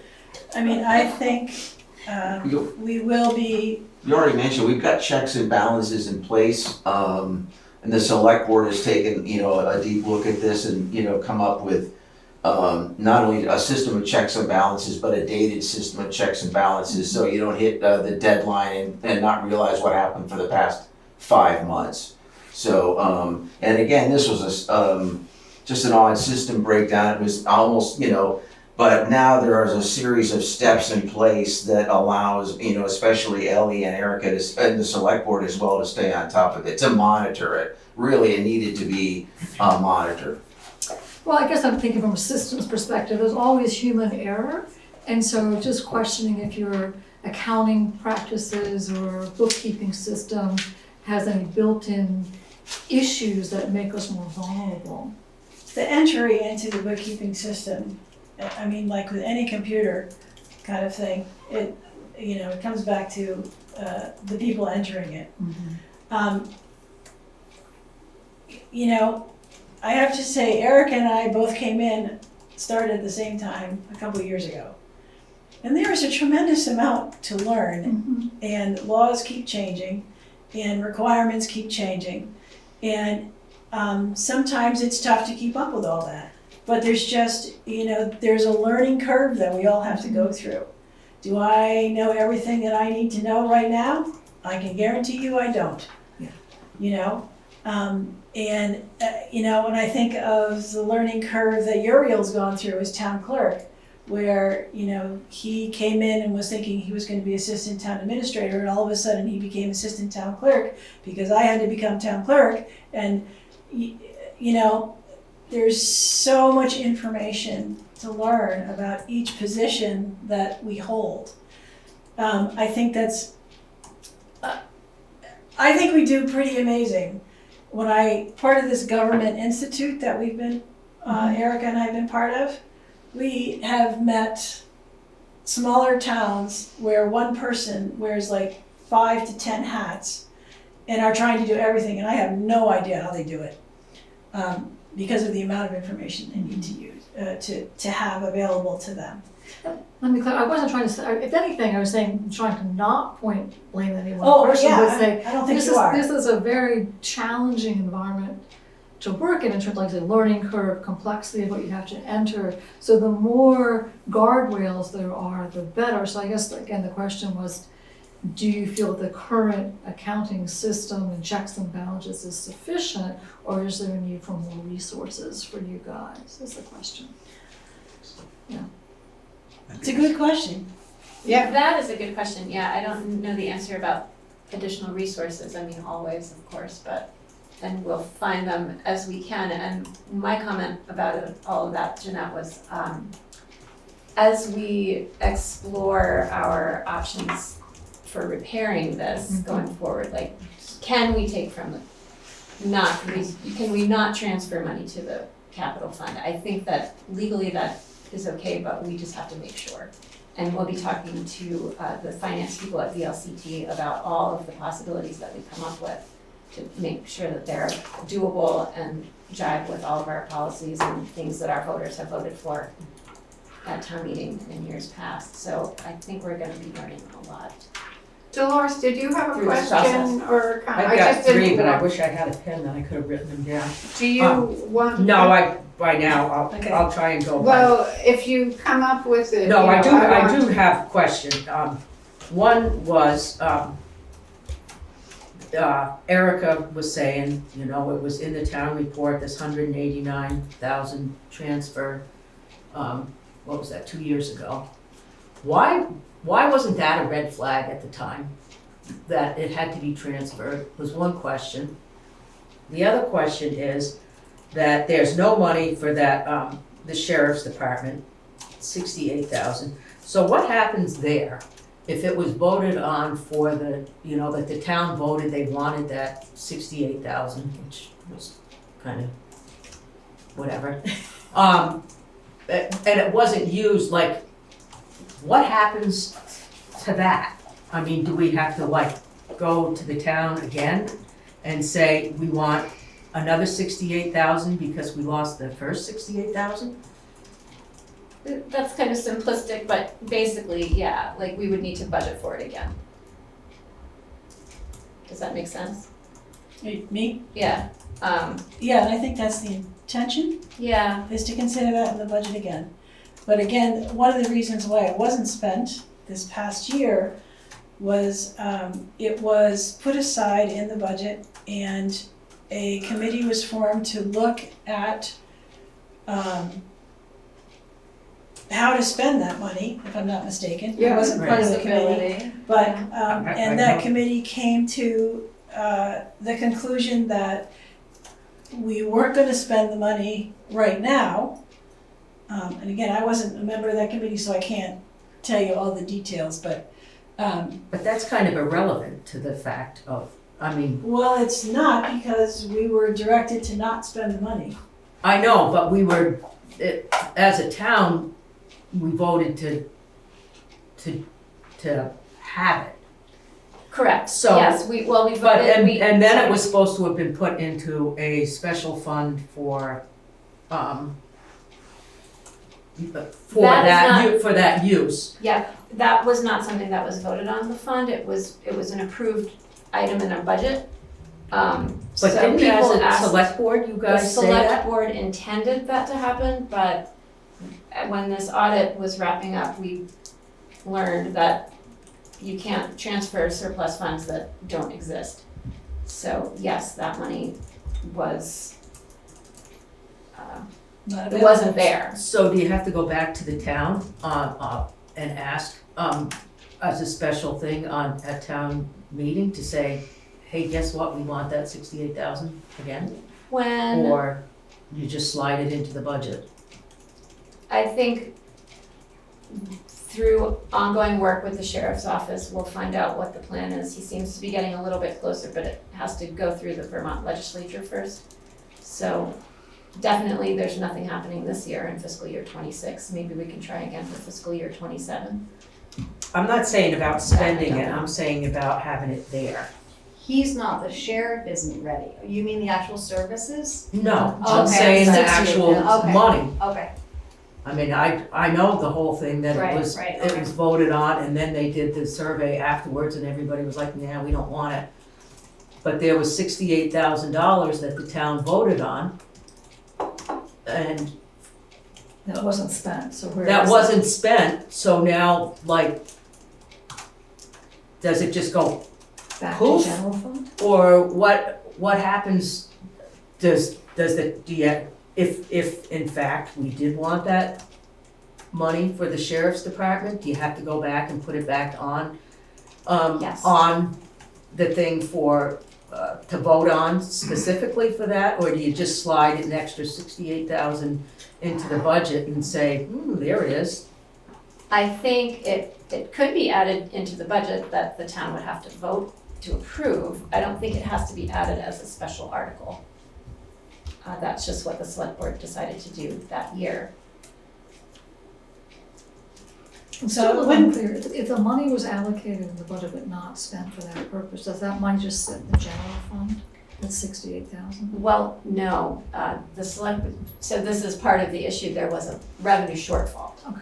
So if we had spent that 68,000, there would have been a greater shortfall and another transfer from the reserve fund as a result of this fiscal year. It's not like I suddenly have $68,000 to go, oh great, we can offset our shortfall. It It did offset our work to shortfall. offset, Yeah. yes, that's the result. It's not- Unintentionally it def- offset the shortfall. So there was more of a shortfall because of that money was. No less. Yes, less. Less of a Because it wasn't If that money spent. was spent, there would have been a greater deficit. Because the expenses would have been higher. The $68,000. No, you're I right. know we never spent it, You're but right, Dolores, there would have been a higher, the 189 would have been whatever that is, 275 or something else. But you're right, it would have been higher, but that $68,000 was subsumed into Right. reducing the total of what it would have been, 189, 146 or whatever, plus 68, was then reduced by 68, leaving the 189. So, but generally it was 189 plus 68 plus Correct. whatever Right. else. correct. That's right. But one thing that I'd like to say is I think it's important to understand that the 189 wasn't we had $189,000, allocated for grass, and we lost it. It was 1,000 little cuts. It was a little paid here, paid there, paid this, paid that. But I think what Ellie just did tonight, and if we're good about doing it on a regular basis, what happened here to get to 189 at the end of the year can't happen with Ellie's reporting the way it is now. We'll know this in another month that we're off. But we have control over the expenses, but not necessarily the revenue. Because a chunk of that revenue that was a shortfall is delinquent taxes. Yeah, but that's going to happen. I mean, I understand that, You're gonna- but we you're don't gonna- have control but over you're gonna that. put that into the budget report to say, I just wanna tell you, we got 4 months left. Delinquent taxes are down to 10% instead of 40%, so we're gonna have this, we're projecting this kind of surplus or this kind of, it will be discussed. It won't be all of a Right, sudden, right. in a dark room going, 189,000, what are we gonna do with this? So pull it out of the reserve fund and then take it to the select board. All right, Joey, we'll do that. Well, and that's not what's happening. I know, but that's what people think is happening, all right? So the purpose right now, and also if I understand it, there were the error occurred because there were two accounting processes that were happening independent of each other, but going to the same bottom line. And now you've eliminated the one that made the mistake, and you're going with Muric or whatever that thing is called. Is that correct? Never. Right. That's our accounting software. Right, but but if I understood it correctly, it wasn't, there were two separate accounting things happening, and the one that was being used to calculate the budget wasn't the one that went into. Wasn't NEMRIC. Wasn't NEMRIC, and NEMRIC was the one that was used to create how much the taxes were. So that you had the disconnect with that, and that has been corrected, correct? There's Yeah, only one accounting system now, and it's NEMRIC, and it's going. There's always been one accounting system, but we have used a spreadsheet Okay, to help with budgeting, which is a natural thing that many people do. But the farther removed you get from the original, the more mistakes you can make, or the more people who are inputting information into a spreadsheet, the more mistakes are, the risk of mistakes is higher. Data entry. So we're trying to limit the risk and use more directly the accounting system. right, okay. So I would say you've identified it, you know where it came from, you know what you did about it. Now we're What trying we will to. do about it. And is the 5 and 20% a state law, or is it just a town thing that says It's it's the way our reserve fund was set up. Was it set up for 20%? five minimum, 20 Five max? minimum, 20 maximum, It's a range, yeah. Which is CPA recommended. Were there any more questions or comments from the select board? Because I wanted to leave it open to the people out there, but we need to gather our input as well.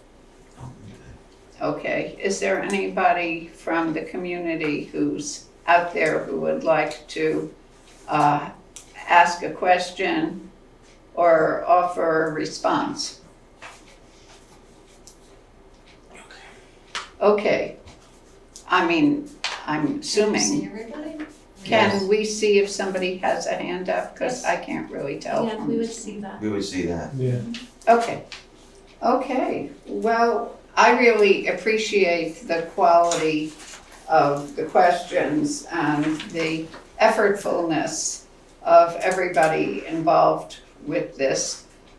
We have the questions that Chip has gathered, and if there are specific questions that we can answer, then those questions will be answered on the town website.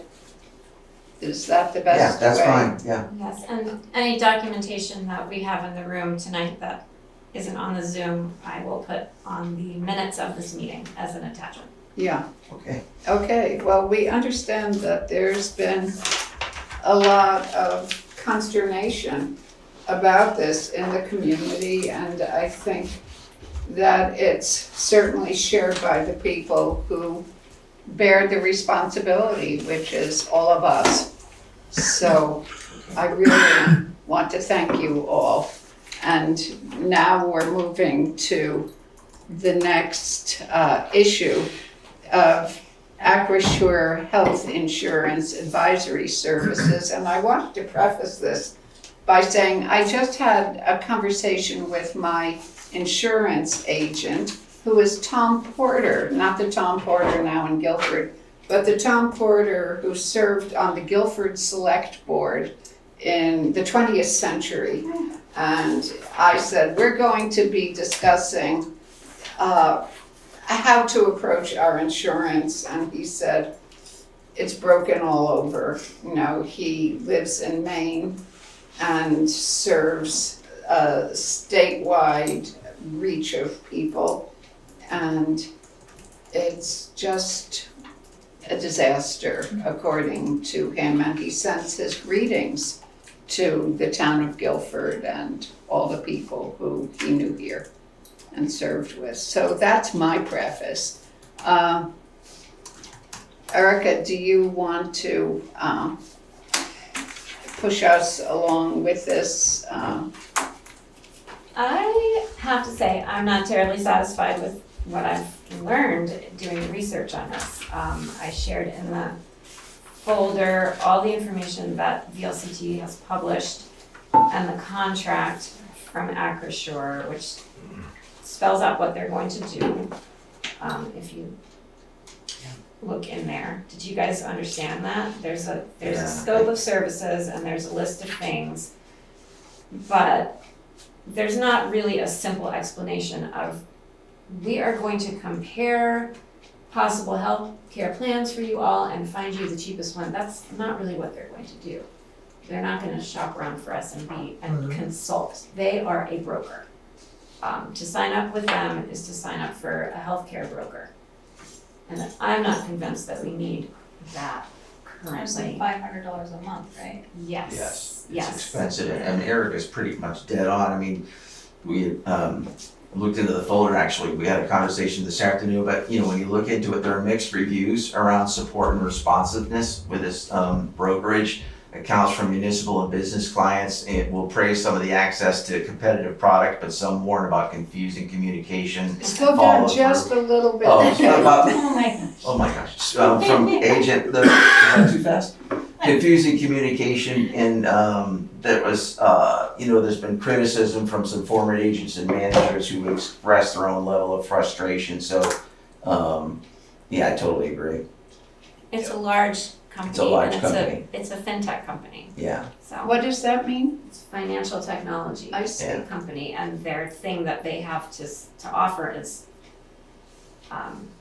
consulting services and brokering insurance services for people who are desperate. And a is us. sidebar to this conversation is that Acrisure is one of the financial supporters of Vermont League of Cities and Towns. And considering my interest in conflicts of interest and ethical clarity, I got in touch with the legal people at Vermont League of Cities and Towns and asked why they were promoting this thing that was also their supporter. And I was told that, basically I was told that this is what nonprofits do. They need money and they get sponsors, and this is one of their sponsors. So to me, it was just part of the brokenness of what we're facing in terms of, protecting the people we care about. So, go ahead. Did somebody else wanna? No, I just wanted to ask Elliot, how do we, or Erica, how do we determine what carriers might potentially be interested in providing? I believe there are 2 available to us in the state of Vermont. I could be wrong. Blue Cross Blue That's it? Shield and MVP. Is I that don't it? think there's I honestly haven't had the time to research. more. I believe Erica is correct. Yeah, and I mean, when I worked here before, they had Blue Cross Blue Shield.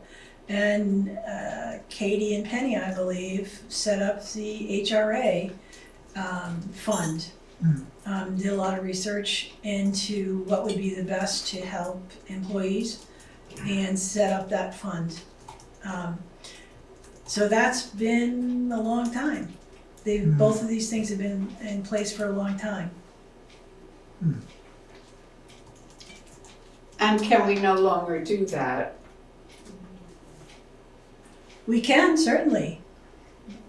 And so we're considering what Acrisure has to offer in the hope that, well, if they're not brokers in the sense of trying to get us a better deal than the one I that, think that is what they would be trying to do.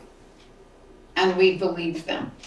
But why can't we just AI, who serves municipalities, give them what we want, how many employees, what they're doing, send it to them, and then have them come back and say, hey, this The is what we insurance have to, companies. yeah, this is what we have to offer. Right, shopping around Yeah, ourselves. yeah, shop around and just CC people, find out who you can reach out to. And with AI, you can have a lot of people compile the information for you, as I'm sure you know. And then this Acrisure is just a middleman that is gonna charge you money to, I don't know, offer some benefits, but I don't know. I don't like it. I personally don't use AI and don't like AI. So that's my response to AI. Yeah, one of us could spend hours doing that. Right, it's already time consuming to administrate the health. But you care already part. have a spreadsheet of who your workers are and what they do. So you would just send that to the two potential brokers, and like I would see who else services municipalities, and because you could find that out very quick using EI, and you don't have to. And then you already have the spreadsheet of who your employees are and what their job title is and what they do and what they need for insurance, health insurance, workers' comp.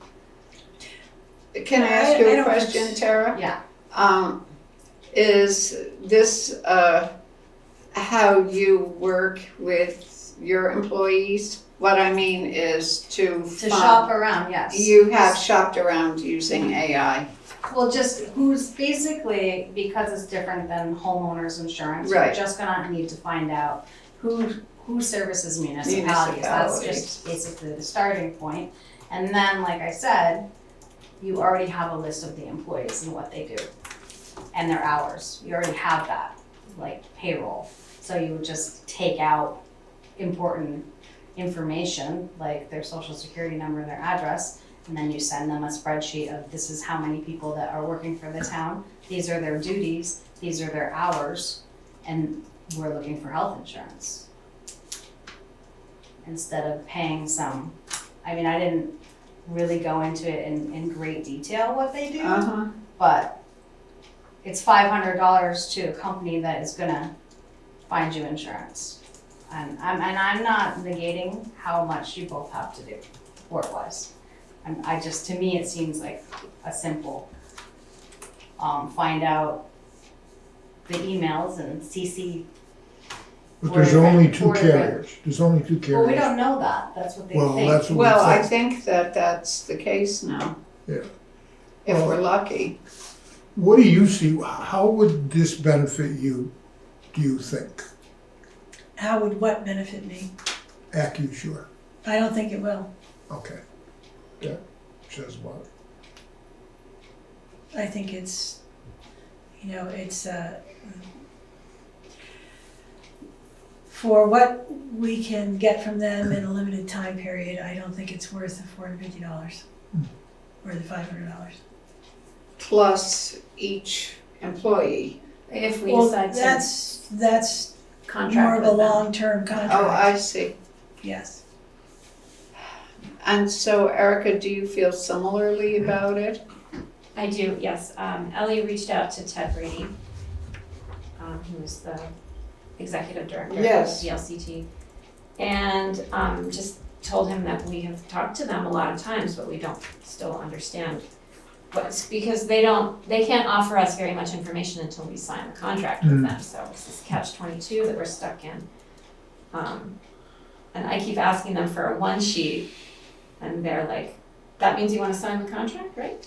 And I say, no, not yet. And Ted says they're looking for alternatives, in the midst of doing an evaluation of how we could offer members health insurance services beyond advisory services next year, such as restarting a trust. We searched high and low and didn't find a consultant. Instead, we hired a broker to help us, as they have the most knowledge and experience and were willing to do what we asked them to do. They are a broker, they get paid for the consulting services through the broker fee that the insurance provider pays. So the advisory services are free or low cost to you. We know what the cost, That's not what I know we were that's, told. we know what the cost is going to be. And plus there's add-ons that you could choose. Many towns, small and large, have used them the traditional way and they do business with good results. We could check with Marlboro, who Ted says he thinks he heard that Marlboro used them a couple years ago. Marlboro, Vermont? Yeah. Oh, I could check with their select board and see. But that's it. That was what Ted said about it. So yeah, I feel similar to Ellie. It's sort Lean of like, pickings. Yeah, I mean, I've tried to get so much information out of them and it hasn't been very successful. So I think your Lack of responsiveness. yes, what you found out is probably accurate. Can towns band together to get a better, like, can you go? That's what we hope VLCT can arrange, but that hasn't happened yet. Well, and that's why, I mean, I don't like conspiracy theories, but I do think it's just strange that they haven't been more aggressive and visionary in trying to, if they don't know how to do it, well, there must be people who do understand.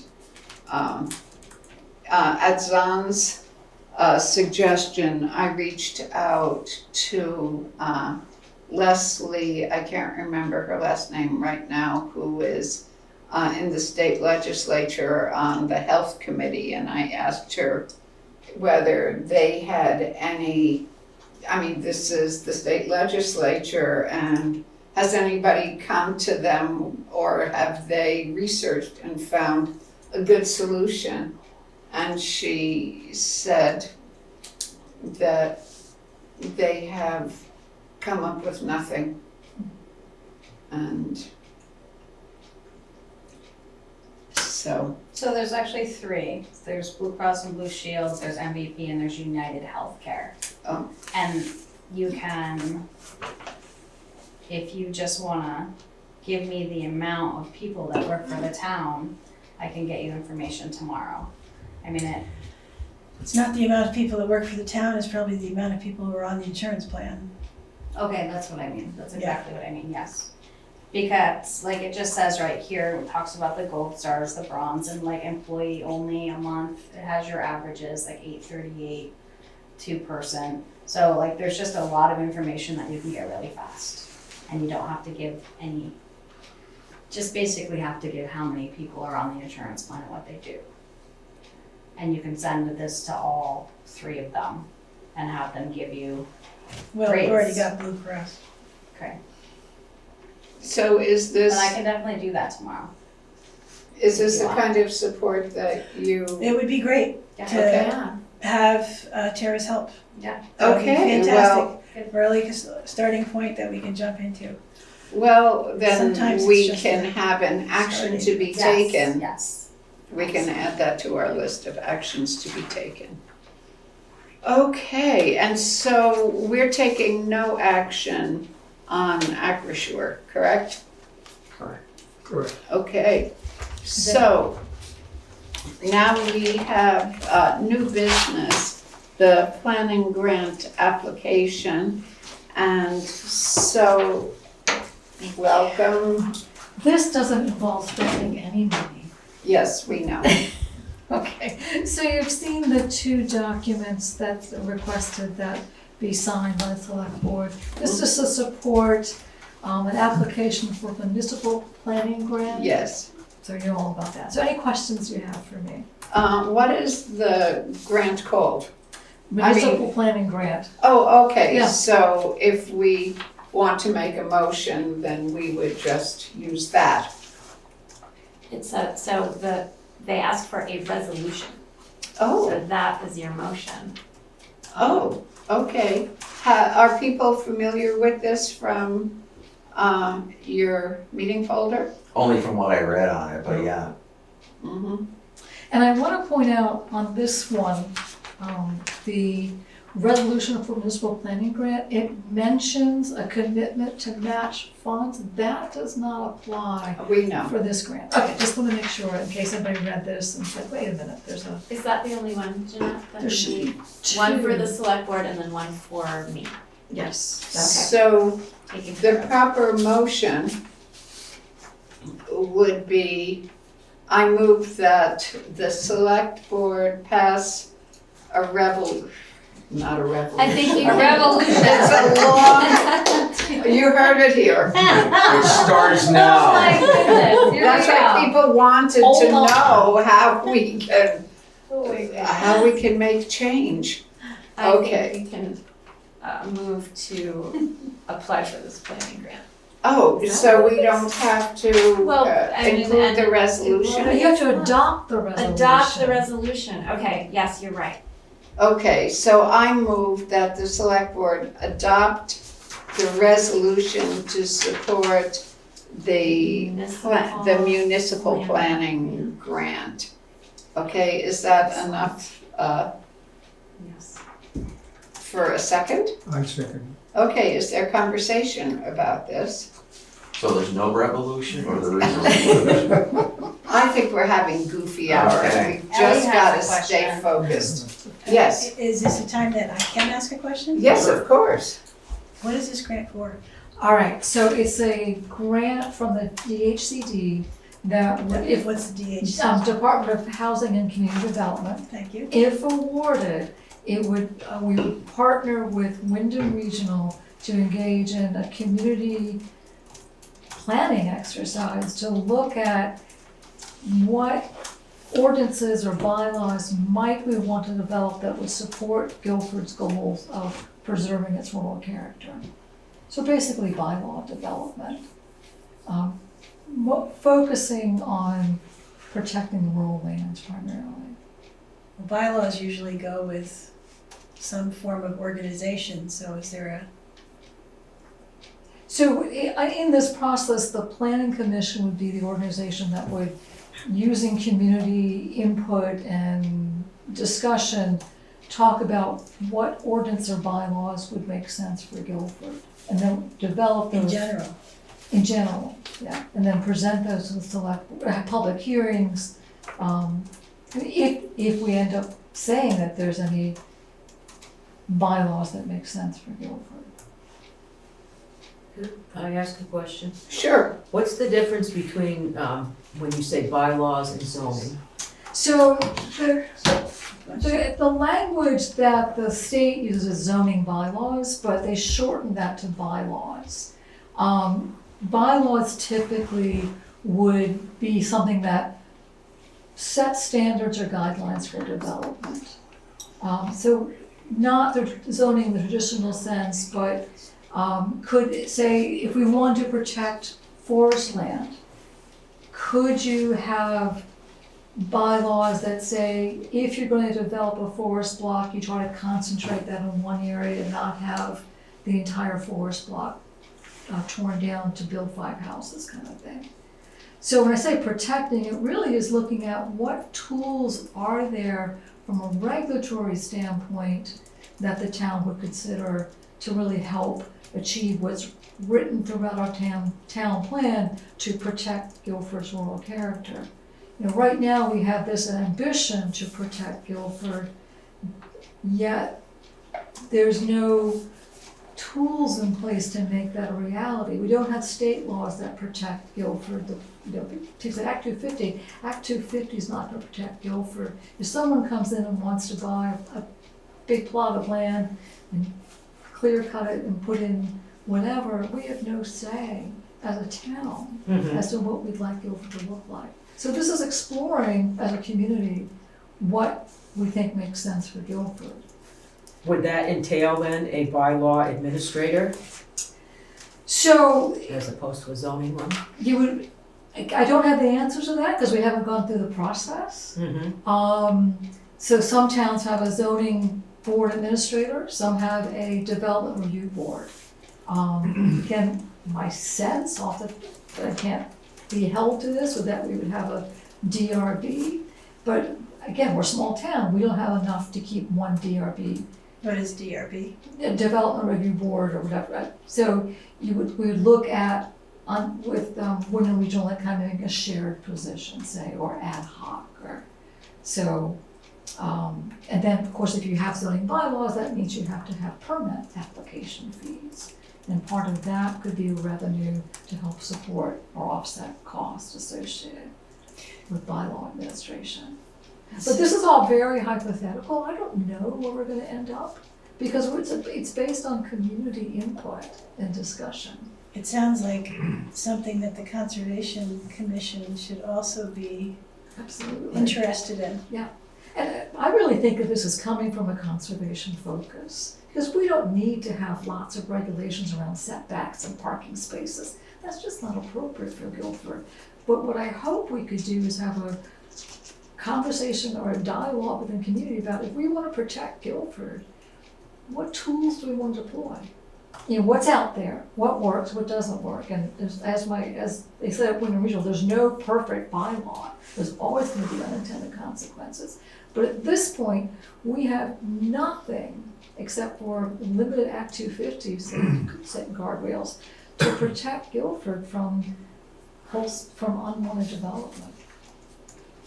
We have limitations with regards to wastewater, but Definitely. so it's, anyway, thanks for the question. Could Does that answer it? Yeah, it just seems like a slippery slope to go from. Yeah, Nothing- I lived nothing. in Newfane, and their zoning is just like atrocious. And that's what I think it ends up. I think the starting point for this is, when you hear the word zoning, what does that make you, what's the worst case scenario? What did that look like? Because we have to start with understanding what we've been talking about. The good news is that in the last 2 years, the state has passed, this is getting in the weeds, sorry, a Homes Act and Act 181 updates that have done away with some of the most egregious aspects of zoning, removing lots of barriers to putting on ADU, for example, accessory dwelling unit, because the state's trying to make the state more permissive for building. But in pre-existing developed areas, definitely has a strong focus on keeping development out of rural landscapes and working lands and forest blocks.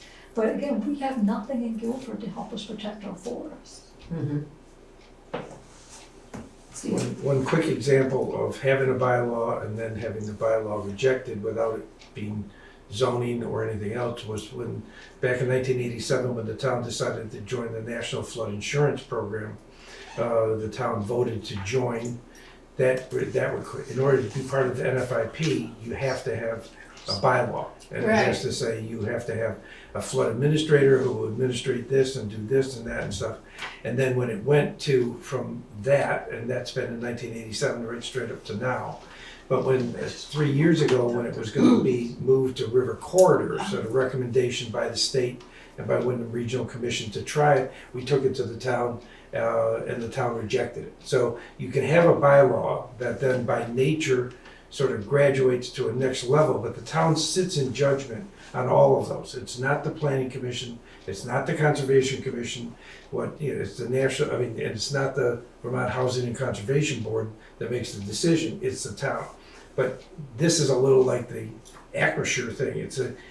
This is actually getting information to bring back to the town. What we thought Acrisure was, this is. This is a grant that allows the Planning Commission to go out and say, what's available? What are other people doing? Let's bring it back. And if it says, we want to protect all the chickens and have them be at the Guilford Country Store, it'll get voted down. So it's just a way to bring back more information in a constructive way. And I'm saying this also as the Wyndham Regional Commission rep, because that's what WRC does, is they put out the options to towns and have the towns make their decisions based on what they want to do.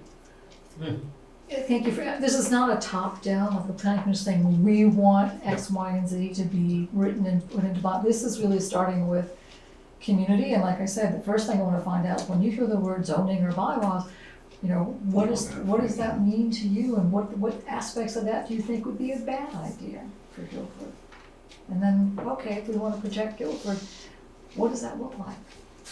What's the difference, or did you ever get that grant last year? You had one that you were going for. This is the same grant, we did get it, there were 15 grants awarded, we were number 16. So that's the same one? Same one. Applying again, good strategy. We got some good feedback about how to beef it up and make it better, so I'm hoping we'll beat the cutoff this time. When is the deadline? November 3rd, so I'll be coming Oh, into the office okay. next week to do the See you application. next week. Yeah. Okay, so, Can you just tell me how the Act 154 plays So the plays state, into the this? state is all in about the housing shortage, both for affordable housing as well as what's called missing middle or workforce housing. So what they did, the first was the Homes Act in 23, I think, that really overrode a lot of ordinances about parking spaces and density in particular. And the follow-up to that in 2024 was Act 181, which substantially revised Act 250. Again, emphasizing permitting development to happen as opposed to stopping it. So removing some of the roadblocks to development in existing village centers or neighborhoods. It's going to change the way that land is categorized. There will be the regional commission will do a land use map. So then that's correct, me, Steve, that the Wyndham Regional Land Use Map will supersede town land use maps to some extent. Yes, Yes. with some quotations around that. Right. Once it gets worked through. So, lots happening on the state really trying to promote housing development.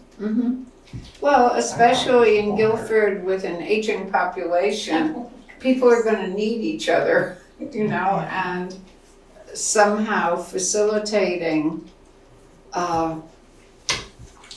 just either being able to have adjacent buildings or remodel the house to have other people be there, you know. Some of the funding streams that are available in the state to promote housing development are tied to having zoning bylaws. So, you know, as this all plays out, it might be to the town's advantage to have some regulation on the books, because that opens the door for some funding that it wouldn't otherwise have access to.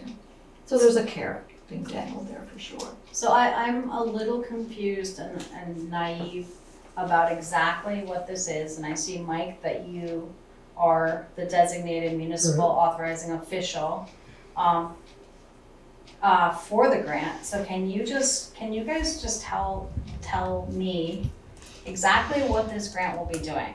And I know that it's here, but I'm not. So if we're awarded the grant, we would partner with Wyndham Regional Commission for a 2-year period to engage with the community about discussions around zoning bylaws in Guilford. You know, where our vulnerabilities are to unwanted development, what we want to protect, and then once we understand maybe like a SWOT analysis, then strength, weakness, opportunities, threats, then say, are there bylaw tools that help us get to where we want to be? So one possibility is we say, you know what, we're fine as we are. We don't want to do anything. We don't want to pass any legislation.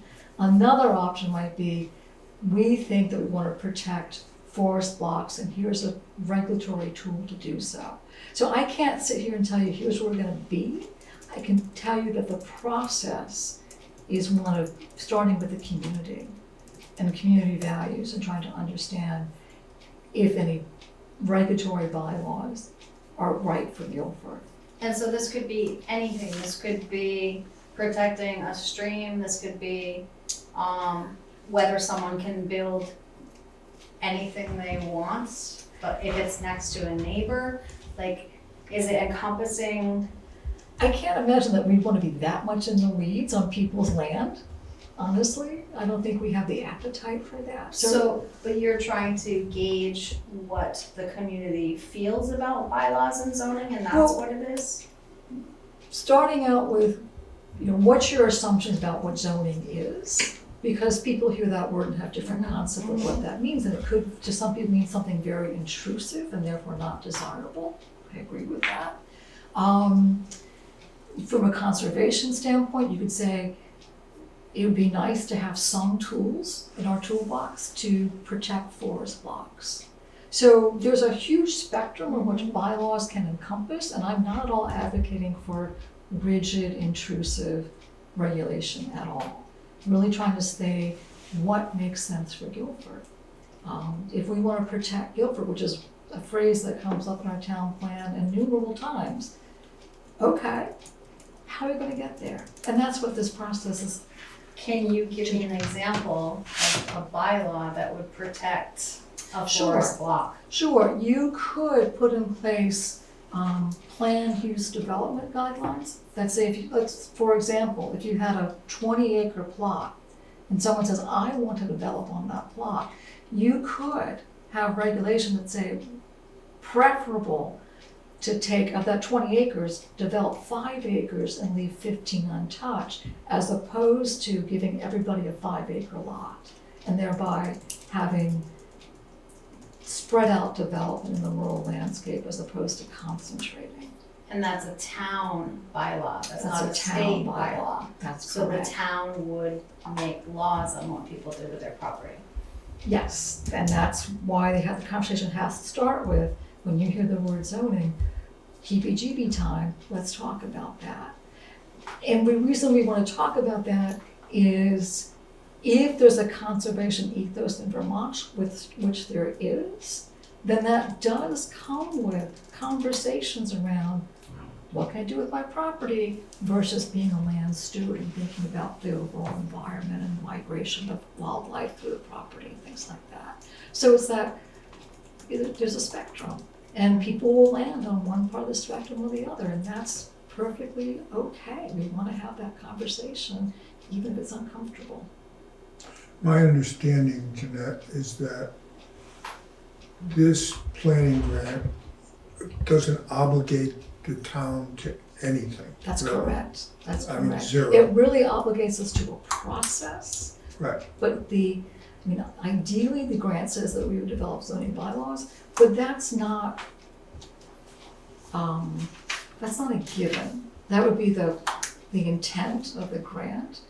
But again, the process is the more valuable aspect of this. What about this? Oh, go ahead, Mike. Okay, no, I was just like looking at 3 different scenarios here as I'm trying to do, but so scenario 1 would be nothing to do with zoning, and the grant is simply for updating the town plan, flood planning, energy planning. Scenario 2, it's zoning with / adjacent, so the grant is for housing needs assessment or village planning study. It doesn't change zoning now, but it could lead to zoning later. Or the grant is specifically designed to update zoning bylaws, maybe to comply with Act 47 or the Home Act requirements. And so that would be about, not that we have zoning here, but that would be about. So we're specifically applying for a grant, I don't have the language in front of me, but this is specifically to apply for evaluating the development of zoning bylaws in Guilford. So what you just read doesn't apply, and all of those categories come with the 10% matching grant requirement. Okay. The one that we're applying for specifically does not have a matching grant requirement. That's good, because we have no money. I thought of you when I first read that application, like, oh good, no money to the town, Dolores will be happy. Okay, so we've had our conversation. Are people ready to vote? Not really. Not really. I feel like you spoke a while ago. In And I'm March. just, Yeah. right, and at this meeting, I'm seeing an Act 154, we're in good standing, and then the actual grant. And I feel like we should have more conversation about this for questions instead of have a motion to vote, even though you have a deadline. Yeah, if we don't get this, then What if we did this? what questions, what further questions Like, what do if we you did have? this as an option for, I'm just like writing things down like a maniac, but what if we approved it conditionally? So the motion would be, I would move to approve this resolution contingent on receiving and reviewing the full grant application scope of work within X amount of days with the Well, understanding. I have all that ready to go. I have one more revision. No, I mean, I think, yeah. I mean, the original grant application is available. I have done significant revisions, but I have it all but one question completed. So you're welcome to, I can forward you the entire grant application tomorrow, if that would be. Yeah, that'd be fine. Okay. But is there specific, so, but beyond Concerns. that, I think is there a specific concern that I can address this? And I know it's late, I I appreciate your patience. I think it comes down to the people, but also, generations may think differently, but they may also, so I guess that is the conversation, right? Because if somebody had 20 acres, one person will put 4 houses on it, and one person will try as best they can to preserve that land. Right. And if we get to a place where there are bylaws, and things are coming to the select board, and you have a select board that is more apt to want to build in Guilford, then rules can be adopted that take away rights. I'm definitely against zoning. I know that. Oh, you can tell. No, and that's why I think that it's important to understand what people's hesitancies are, and not try to bulldoze you and tell you you're wrong, but to listen and say, because I think you get better outcomes when you hear multiple voices, especially those who don't agree with you, because that sharpens your thinking, helps you really refine what you're doing. So saying, I don't want zoning, okay, and you just said. But I understand Yeah, that that you- bylaws can protect nature. Yes. And I do want, I'm also the person that doesn't want somebody putting 6 houses near the swamp Yeah. on 20 acres. Right. So may I just Yes. respond to you? You know, one of the, there's my favorite meeting, aside from our wonderful select board meetings that I've been to in Guilford, was the meeting about, what about washouts? What about washouts? And the meeting topic converged on mutual aid and emergency management. And the conversation was really about what we have to offer each other here, you know, which is like the focus of our emergency. Here and now, right, Miranda? Yeah, here and now, but also, you know, in any kind of conversation, it's what's now and what are we going to need?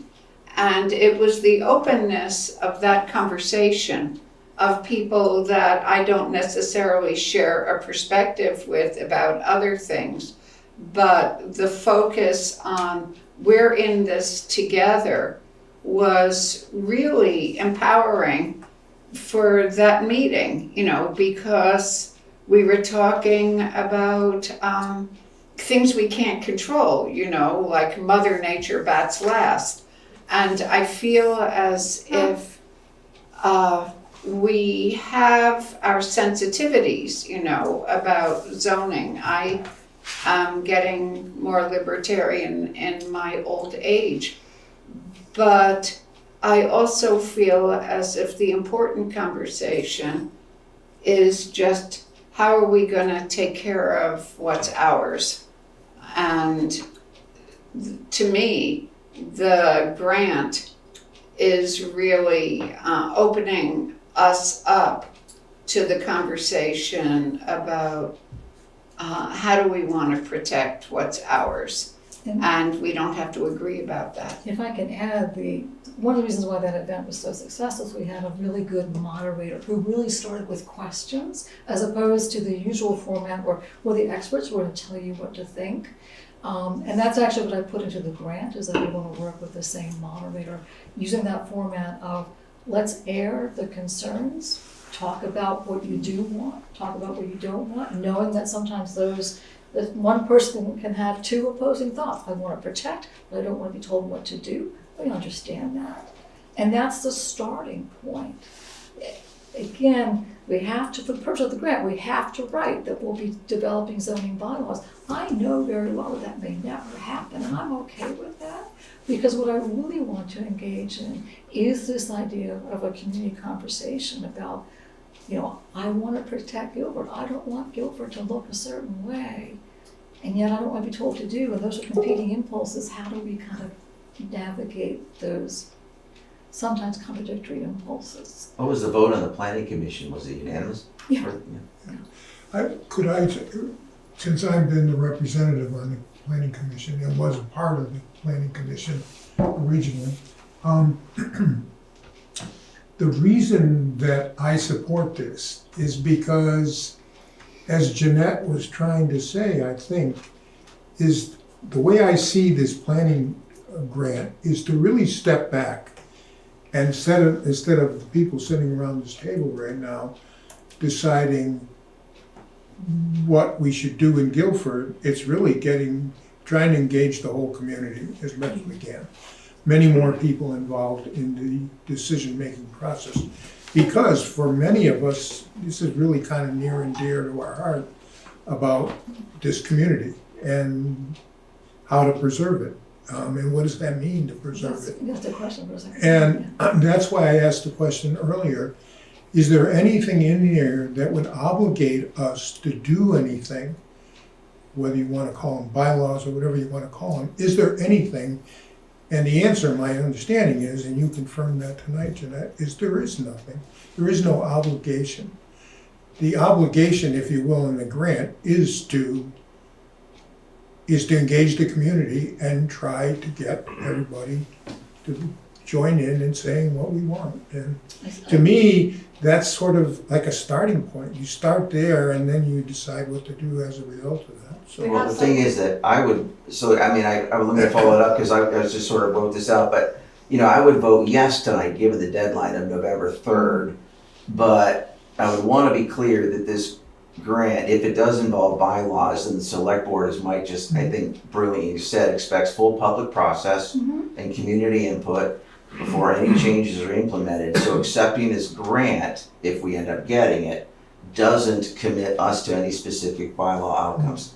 That's what I would. And if there are any bylaws developed, you go through the standard process, Right. which involves public hearings, et cetera. So Trying to just make it there's ironclad there's before. no end run around the community. Right. Yeah. Well, no, I'm not saying there is. I'm just trying to get it into plain English so we can all understand. But I mean, if we put it that way, if the select board affects, you know, as Mike just said, full public process. And that's you know, baked into the grant. That's literally the tip sheet they give you. It's all about community engagement. Yeah. So there's some people out here who wanna talk, but I just wanna say I would have liked to have had the grant to read tonight. To see what the verbiage is. Sorry, yeah, Because I don't, we have, do you Yeah, wanna vote on this? And so like, where's the meat of what I'm voting on? What's the verbiage? What are you saying? So the grant sorry, application I is just asking a signed lot of questions about things we've done in the past, kind of a current status of Guilford, you know, where we are, where we see development might happen. So it's information about current state. It doesn't, we don't, in the grant itself, map out, here's the bylaws you want to see. It really, we say repeatedly that residents want to protect Guilford, and we want to have a conversation around what does that mean, and what does that look like, and what tools are we comfortable deploying to make that a reality. I've applied for grants and so I know like, you know, you have meaty bodies. I just would have liked to have seen the meat. Well, I'm happy to send it. Again, I have one more question response to revise. I can have the complete package to you guys tomorrow. Other people want to speak. I mean, I think that's a good idea. Get them the information they need to vote on, so you're not looking, you know, in a suitcase saying, I think it's in here someplace. But my situation was take zoning out of this for a minute. I know it's all about zoning to a reasonable degree, but if this was a grant to explore the use of AI in a municipal planning situation. Now, we got some people who don't like AI and are not going to use it. Some people who don't like zoning, and that's the way it is. But if you took this same idea and you said, okay, we'll do it, it's bringing back the options, and it's bringing back a broader look at what use of AI might do. And you might sway some people, and some people might say, I didn't like it then, and I don't like it now, and I'm gonna vote that way. And that's what happened with the River Corridor bylaw. Right. You know, it was 2 years of putting it together and talking to people and having meetings, and the town clearly, without rancor, I might add, it was a really good experience, and just simply said, we don't want it. And that was totally the end of it. And I think if you just reject information about other options of AI or zoning or anything else, you limit yourself, as Mike was saying, to this board making a decision about what everybody in Guilford might feel about AI, or might feel about zoning, or might feel about conservation of land pieces, you know, or cluster housing. Those are the kinds of discussions that are gonna come up in these things. And it might end up that, no, we don't want any bylaws, but that thing about cluster housing and put it in this makes sense to me. So I think those are the kinds of things that you should look at, not so much a challenge that you're gonna vote on this and then tomorrow Janet's gonna slam the zoning bylaws on the table. Could I ask a question? Sure.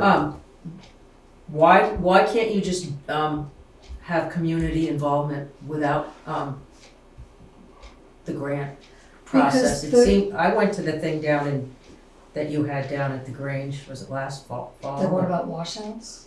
No, it wasn't washouts, it was, basically it was, some fellow talking from, Wyndham Regional, Mhm. and he was pretty much promoting what you were talking about, the cluster housing and basically zoning. So it seems to me that if you're partnering with Wyndham Regional, that's the way that they're gonna be pushing. Partner with Wyndham Regional doesn't come free. In other words, we can't just go to Wyndham Regional and say, hey, we want you to help us in a community engagement process that'll take over 2 years. Part of the cost, part of what the grant is doing is funding the expertise. But my question is, why can't, as a planning commission, you guys say we're gonna have a meeting, you know, on such and such a day and get, why, as a planning commission, can't you guys, get the town input? I think we're volunteers and Mhm. none of us are planners. Mm-hmm. And so, yes, we could pull together an event, but we, as a commission, despite all the reading I've done, et cetera, I can't be the expert in the room to help facilitate the conversation. Mm-hmm. There are times, especially when it comes to planning, where you need to have people who have expertise, have experience, have the depth of knowledge that we as a volunteer organization committee just don't have. Yep. Yeah, we're just trying to hire expertise, I would say. We're trying to hire people who. Just wondering what the Yeah. difference would be between the two of them. Okay, well, it's after 9, and I'm wondering whether we as a board can come up with a timely solution that members of the board would feel comfortable with to go, to move ahead. I think Chip made a good proposal. Chip, do you want to just restate it? And I don't know whether I think I introduced a motion, but I can't even. To adopt the resolution. To adopt the resolution, so I don't know if there was a second, was there? I don't know if there was a second. So No, maybe I don't then, think so. maybe we don't have to backpedal then, and you can just introduce.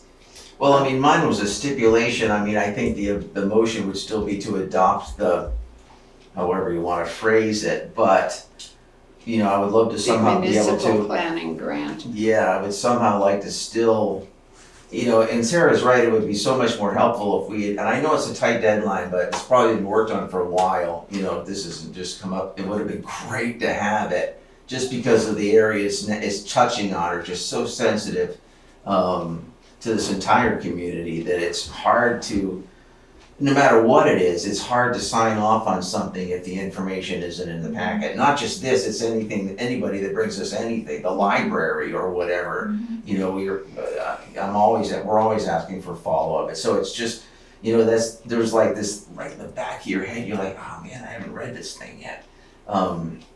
So you're kind of, you know, you're blind going into it. And I mean, I appreciate your specifics and the detail and the data, but it just, you know, it's just lacking that one little piece of being able to read it. So what would you like your amended? Can I amend that? Can I amend it though? I don't know. If it's a stipulation, you know, like. Well, I think that if you. You're using like that's it. You could I say. just sort of wrote it off the top of my head, but. Jeanette, it's this one, right? The municipal planning. I see. This- Okay. Yes, Yeah. I move to do this thing as long as it doesn't Did you go to DC? Do it. lead to this. I'm trying to find it. As in long as my there's no tabs. language in the grant application that applies to Guilford Was specifically, your because I know it's a application multi, deadline Right. March like 31st? Yeah. communities can apply for it that But award do decisions want were to April have 30th. this Okay. and stuff. And so we didn't So, get so it. they, Okay. so So as long as it doesn't the apply next language that involves bylaws November Well, or. it will. It will. Actually, It's all it bylaws. will We have have one that. conversation It will have at a that time. language in it. For sure. Please, The application will. one conversation at a You're time. right. sorry. You're right. You're right. Sorry, There's thank 4 you. people talking at one time.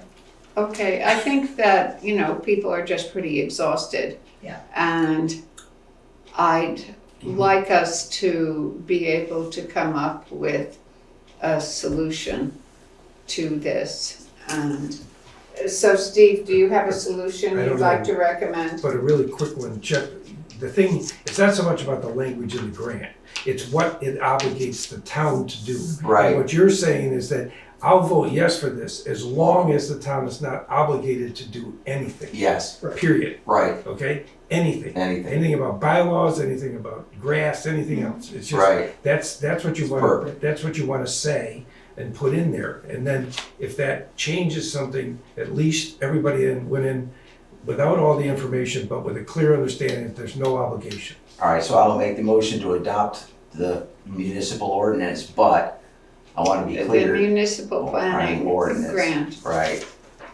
But I would expect the select board to get the select board expects full public process and community input before any changes are implemented, And no obligation. And no obligation, yes.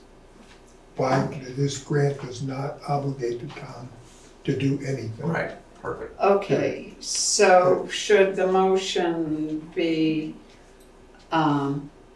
we support this municipal planning grant with the understanding that it obligates No the obligation, town to take no action? there are no obligations with it.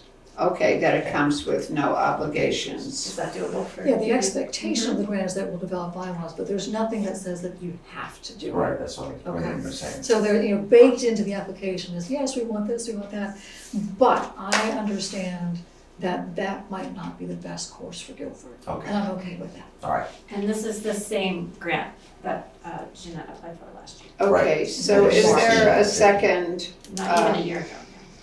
I second it. Okay. So are we ready to vote on this? yeah, Okay, all in favor of supporting this motion indicate by saying aye. Aye. Any opposed? Aye. Okay. So we have passed this motion. Thank you for your consideration. Okay, I will thank you so email this to much you tomorrow. for your Oh, this is not the right patience. And And then you'll email it to me. let's see, do we have any correspondence? Thanks. Thank you. Use the pen or something. Do we have correspondence? No, I don't have any. Okay. So I guess then we can move on to actions taken. So among the actions taken are that we approved the minutes, we approved the warrants. We rejected the motion for Acrisure, and we adopted the resolution for the planning grant with stipulations. Action to be taken, Tara has graciously volunteered to provide insurance information to the town staff, and Jeanette has promised to send the grant to the select board for review. Are there any other actions to be taken that we agreed on? No, I think we're good. That's it. That's it. Okay. I will then. make the motion to adjourn. Yes, I I'll think second that would that. be I'll second hugely that. entertaining. So, okay, so everybody remember, let's vote on adjournment, all in favor? Aye. But we have to stay.